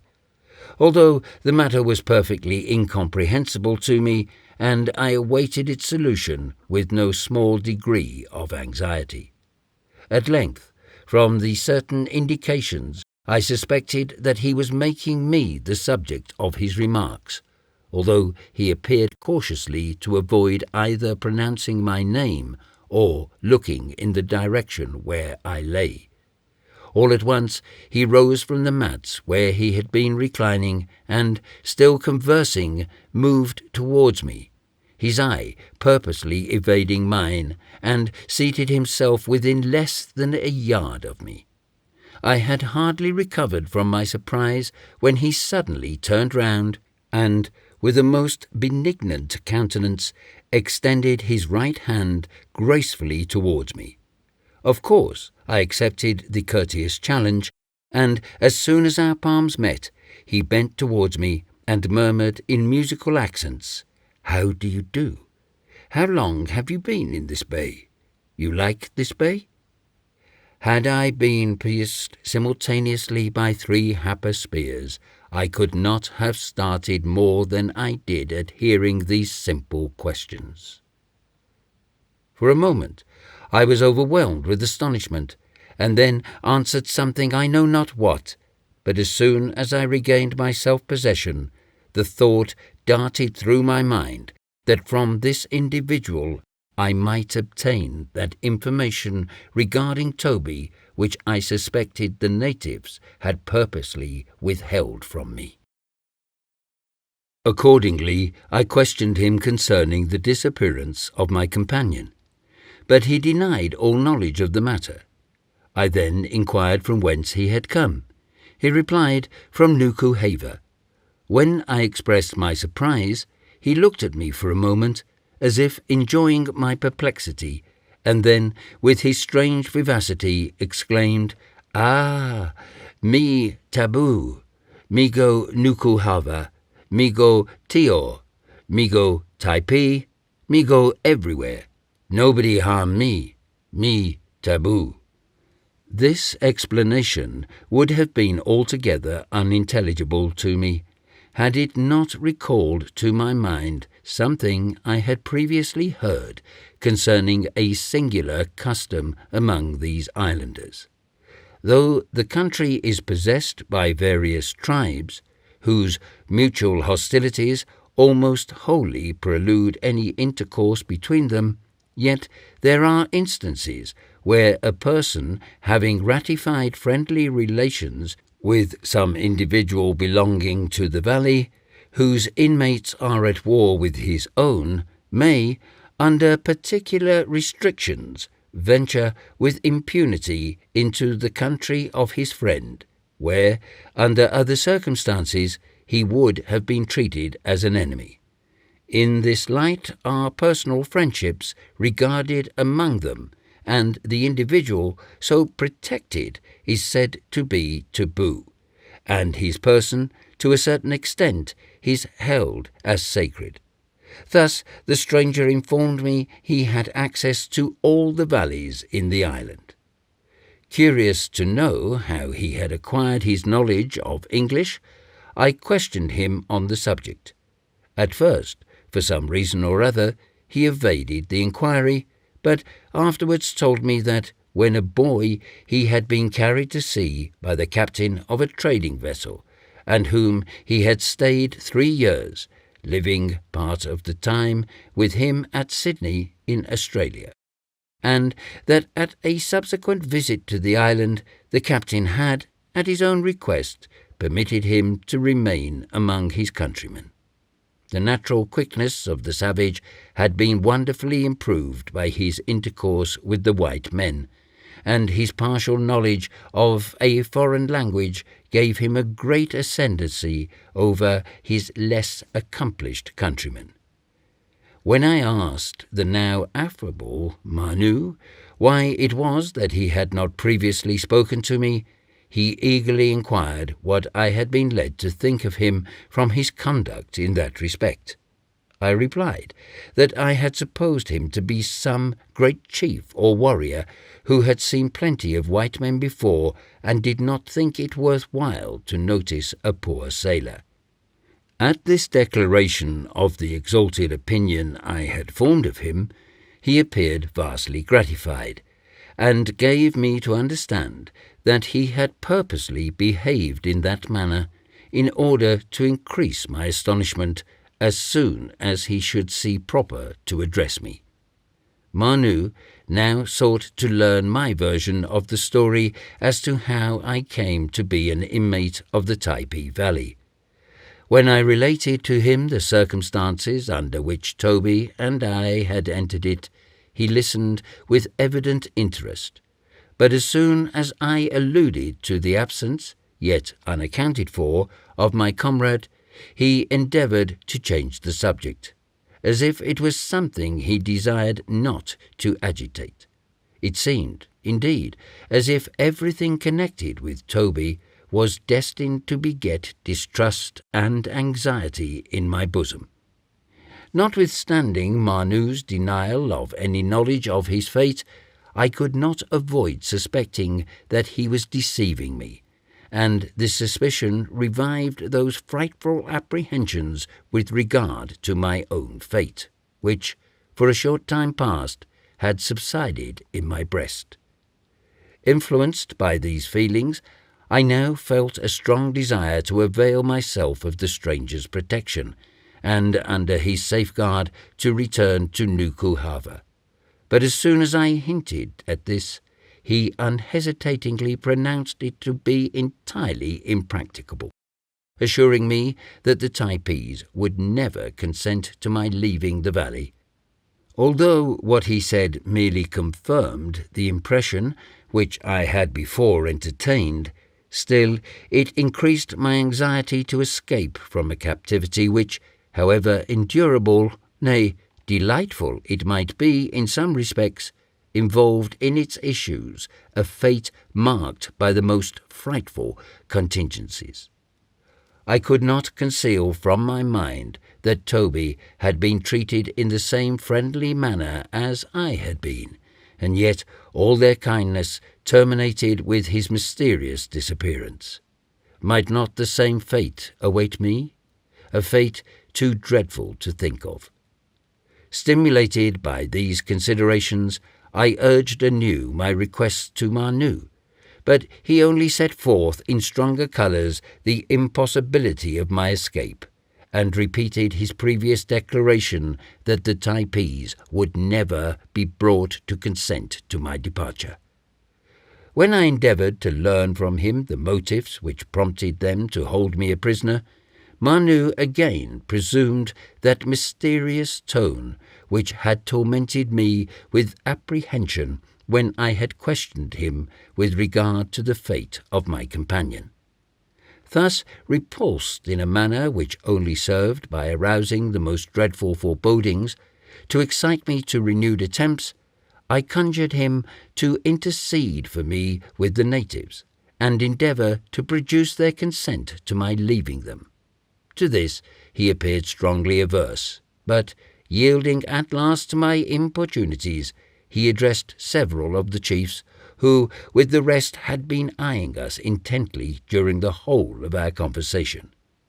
His petition, however, was at once met with the most violent disapprobation, manifesting itself in angry glances and gestures, and a perfect torrent of passionate words directed to both him and myself.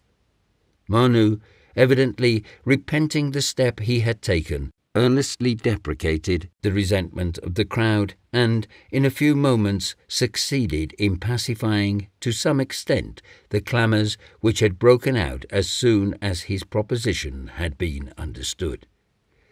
With the most intense interest had I watched the reception his intercession might receive, and a bitter pang shot through my heart at the additional evidence now furnished of the unchangeable determination of the islanders. Manu told me with evident alarm in his countenance that, although admitted into the bay on a friendly footing with its inhabitants, he could not presume to meddle with their concerns, as such procedure, if persisted in, would at once absolve the Typees from the restraints of the taboo. Although, so long as he refrained from such conduct, it screened him effectually from the consequences of the enmity they bore his tribe. Mehevi, who was present, angrily interrupted him, and the words which he uttered in a commanding tone evidently meant that he must at once cease talking to me and withdraw to the other part of the house. Manu immediately started up, hurriedly enjoining me not to address him again, and as I valued my safety, to refrain from all further allusion to the subject of my departure. And then, in compliance with the order of the determined chief, but not before it had again been angrily repeated, he withdrew to a distance. I now perceived, with no small degree of apprehension, the same savage expression in the countenances of the natives which had startled me during the scene at the Ty. They glanced their eyes suspiciously from Manu to me, as if distrusting the nature of an intercourse carried on, as it was, in a language they could not understand, and they seemed to harbour the belief that already we had concerted measures calculated to elude their vigilance. The lively countenances of these people are wonderfully indicative of the emotions of the soul, and the imperfections of their oral language are more than compensated for by the nervous eloquence of their looks and gestures. I could plainly trace in every varying expression of their faces all those passions which had been thus unexpectedly aroused in their bosoms. It required no reflection to convince me, from what was going on, that the injunction of Manu was not to be rashly slighted, and accordingly, great as was the effort to suppress my feelings, I accosted Mehevi in a good-humoured tone, with a view of dissipating any ill impression he might have received. But the ireful, angry chief was not so easily mollified. He rejected my advances with that peculiarly stern expression I have before described, and took care by the whole of his behaviour towards me to show the displeasure and resentment which he felt. Manu, at the other extremity of the house, apparently desirous of making a diversion in my favour, exerted himself to amuse with his pleasantries the crowd about him. But his lively attempts were not so successful as they had previously been, and, foiled in his efforts, he rose gravely to depart. No one expressed any regret at this movement, so, seizing his roll of tapper and grasping his spear, he advanced to the front of the Typee, and, waving his hand in adieu to the now silent throng, cast upon me a glance of mingled pity and reproach, and flung himself into the path which led from the house.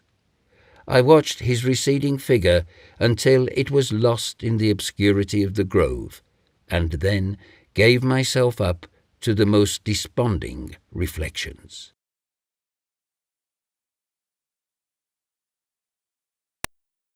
Chapter 19. Reflections after Manu's departure. Battle of the Pop Guns. Strange conceit of Maheyo.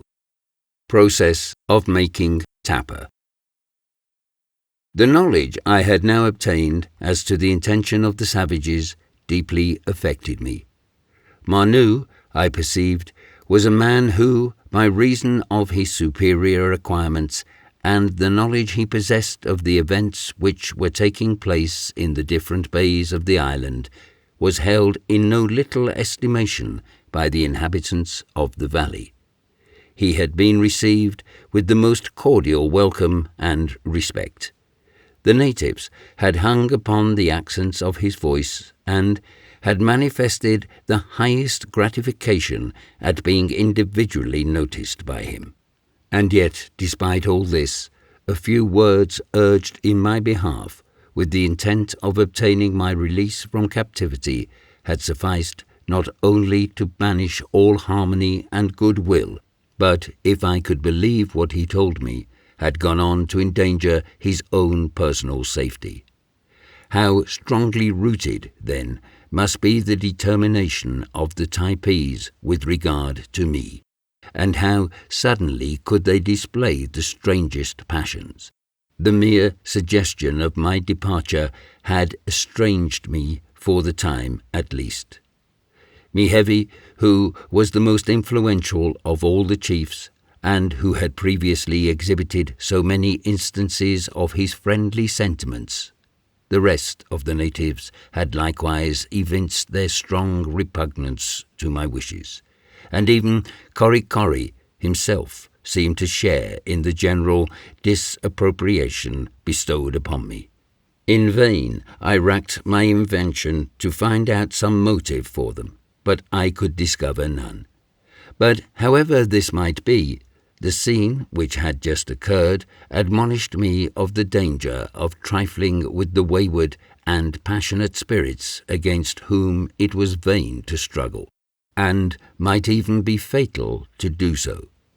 My only hope was to induce the natives to believe that I was reconciled to my detention in the valley, and by assuming a tranquil and cheerful demeanour to allay the suspicions which I had so unfortunately aroused.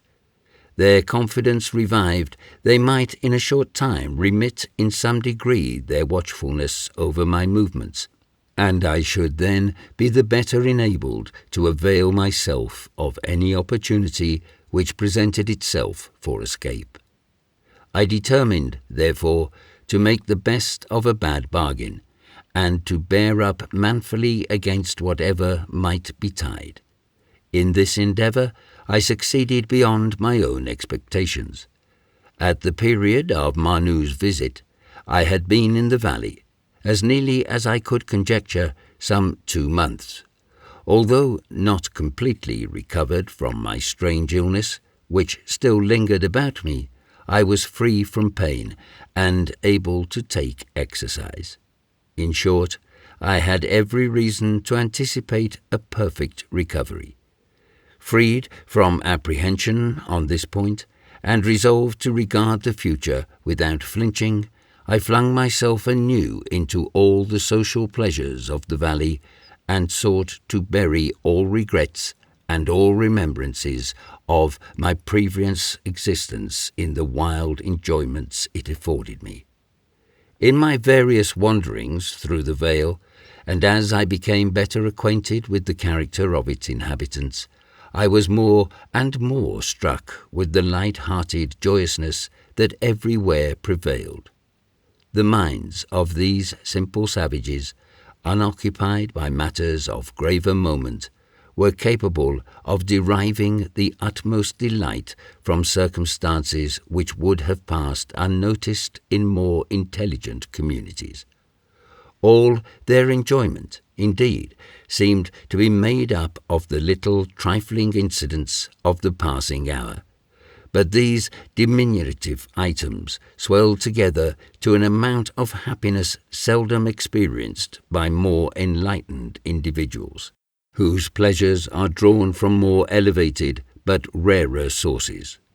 What community, for instance, of refined and intellectual mortals would derive the least satisfaction from shooting pop-guns? The mere supposition of such a thing being possible would excite their indignation, and yet the whole population of Typee did little else for 10 days but occupy themselves with that childish amusement, fairly screaming, too, with the delight it afforded them. One day I was frolicking with a little spirited urchin, some 6 years old, who chased me with a piece of bamboo about 3 feet long, with which he occasionally belaboured me. Seizing the stick from him, the idea happened to suggest itself that I might make for the youngster, out of the slender tube, one of those nursery muskets with which I had sometimes seen children playing. Accordingly, with my knife I made 2 parallel slits in the cane, several inches in length, and cutting loose at one end the elastic strip between them, bent it back and slipped the point into a little notch made for the purpose.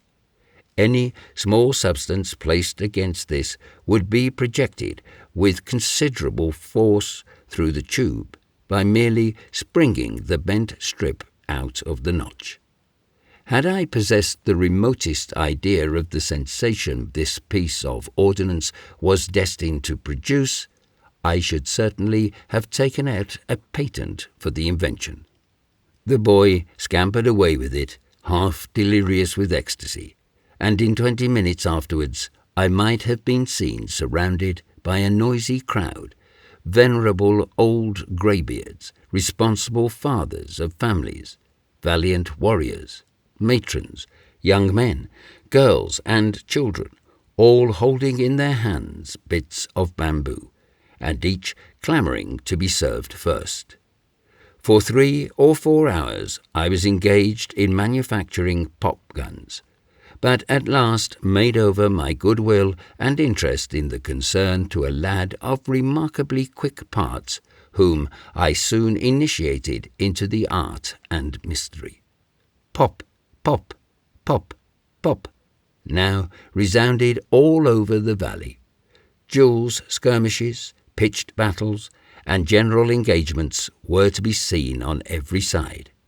Here, as you walked along a path which led through a thicket, you fell into a cunningly laid ambush, and became a target for a body of musketeers whose tattooed limbs you could just see peeping into view through the foliage. There you were assailed by the intrepid garrison of a house, who levied their bamboo rifles at you from between the upright canes which composed its sides.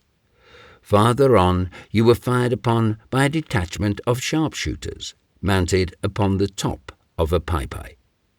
Pop, pop, pop. Green guavas, seeds, and berries were flying about in every direction, and during this dangerous state of affairs I was half afraid that, like the man and his brazen bull, I should fall a victim to my own ingenuity. Like everything else, however, the excitement gradually wore away, though ever after occasionally pop-guns might be heard at all hours of the day. It was towards the close of the pop-gun war that I was infinitely diverted with the strange freak of Mahayos. I had worn, when I quitted the ship, a pair of thick pumps, which, from the rough usage they had received in scaling precipices and sliding down gorges, were so dilapidated as to be altogether unfit for use. So, at least, would have thought the generality of people, and so they must certainly were when considered in the light of shoes. But things unserviceable in one way may, with advantage, be applied in another. That is, if one have genius enough for the purpose. This genius Mahayo possessed in a superlative degree, as he abundantly evinced by the use to which he put those sorely bruised and battered old shoes. Every article, however trivial, which belonged to me, the natives appeared to regard as sacred, and I observed that for several days after becoming an inmate of the house, my pumps were suffered to remain untouched, where I had first happened to throw them. I remembered, however, that after a while I had missed them from their accustomed place, but the matter gave me no concern, supposing that Tina, like any other tidy housewife, had come across them in some of her domestic occupations, had pitched the useless things out of the house. But I was soon undeceived. One day I observed old Mahayo bustling about me with unusual activity, and to such a degree as almost to supersede Corry in the functions of his office. One moment he volunteered to trot off with me on his back to the stream, and when I refused, no ways daunted by the repulse, he continued to frisk about me like a superannuated house dog. I could not for the life of me conjecture what possessed the old gentleman, until all at once, availing himself of the temporary absence of the household, he went through a variety of uncouth gestures, pointing eagerly down to my feet, then up to a little bundle, which swung from the ridgepole overhead. At last I caught a faint idea of his meaning, and motioned him to lower the package. He executed the order in the twinkling of an eye, and, unrolling a piece of tappa, displayed to my astonished gaze the identical pumps which I thought had been destroyed long before. I immediately comprehended his desire, and very generously gave him the shoes, which had become quite mouldy, wondering for what earthly purpose he could want them. The same afternoon I descried the venerable warrior approaching the house with a slow, stately gait, earrings in ears, and spear in hand, with this highly ornamental pair of shoes suspended from his neck by a strip of bark, and swinging backwards and forwards on his capacious chest. In the gala costume of the tasteful Mahayo, these calfskin pendants ever after formed the most striking feature. But to turn to something a little more important. Although the whole existence of the inhabitants of the valley seemed to pass away exempt from toil, yet there were some light employments which, although amusing rather than laborious as occupations, continued to their comfort and luxury.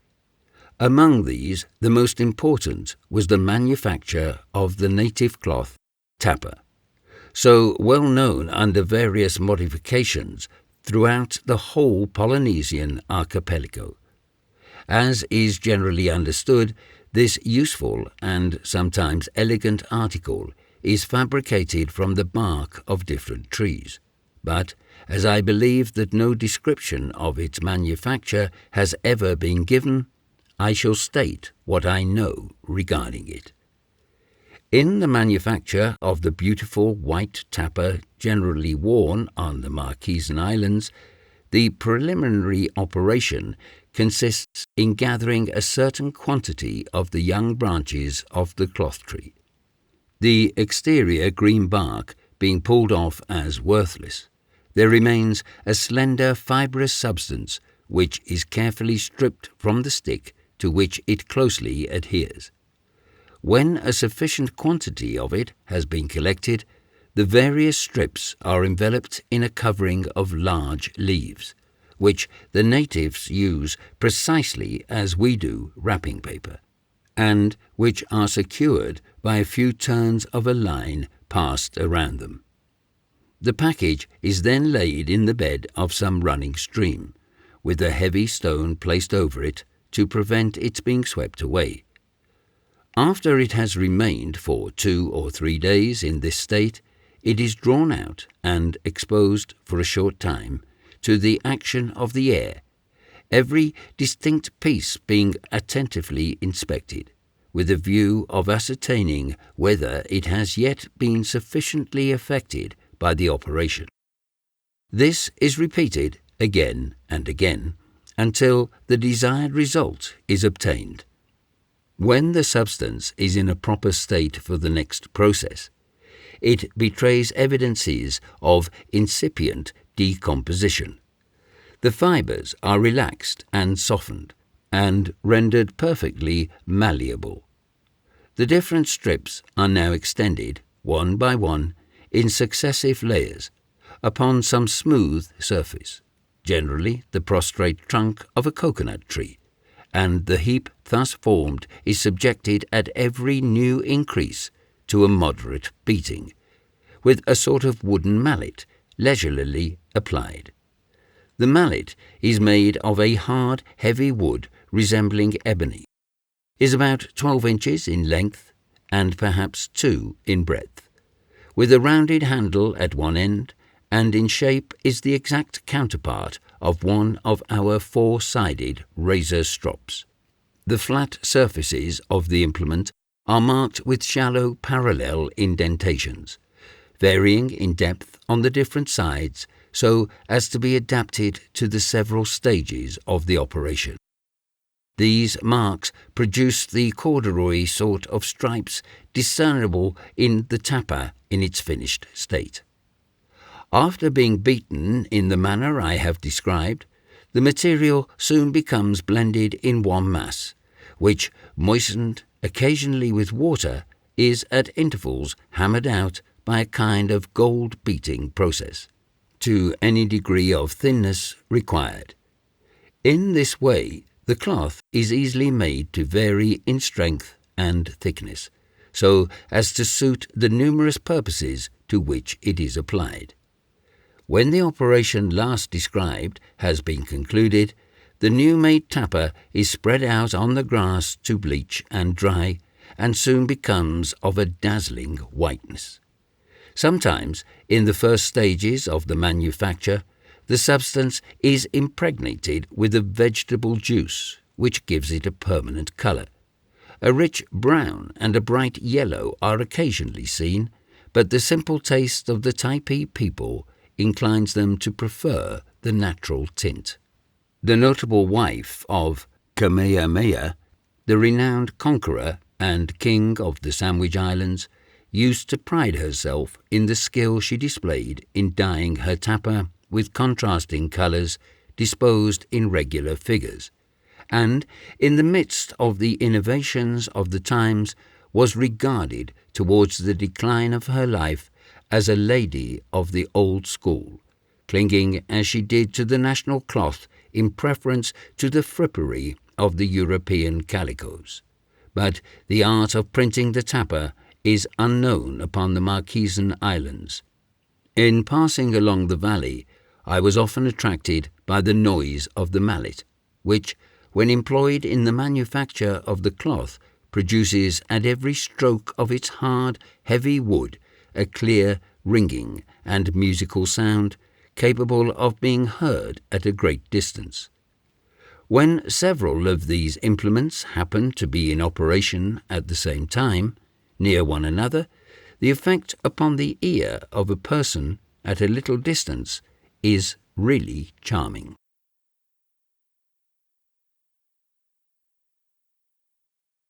Chapter 20. History of a day as usually spent in Typee Valley. Dances of the Marquesan girls. Nothing can be more uniform and undiversified than the life of the Typees. One tranquil day of ease and happiness follows another in quiet succession, and with these unsophisticated savages, the history of a day is the history of a life. I will, therefore, as briefly as I can, describe one of our days in the valley. To begin with the morning, we were not very early risers. The sun would be shooting his golden spikes above the Hapa mountain, ere I threw aside my tapa robe, and girding my long tunic about my waist, sallied out with Fayaway and Corry Corry and the rest of the household, and bent my steps towards the stream. Here we found congregated all those who dwelt in our section of the valley, and here we bathed with them. The fresh morning air and the cool flowing waters put both soul and body in a glow, and after half hour employed in this recreation, we sauntered back to the house. Tina and Maheo gathering dry sticks by the way for firewood, some of the young men laying the coconut trees under contribution as they passed beneath them, while Corry Corry played his outlandish pranks for my particular diversion, and Fayaway and I, not arm in arm to be sure, but sometimes hand in hand, strolled along with feelings of perfect charity for all the world and a special goodwill towards each other. Our morning meal was soon prepared. The islanders are somewhat abstemious at this repast, reserving the more powerful efforts of their appetite to a later period of the day. For my own part, with the assistance of my valet, who, as I have before stated, always officiated as spoon on these occasions,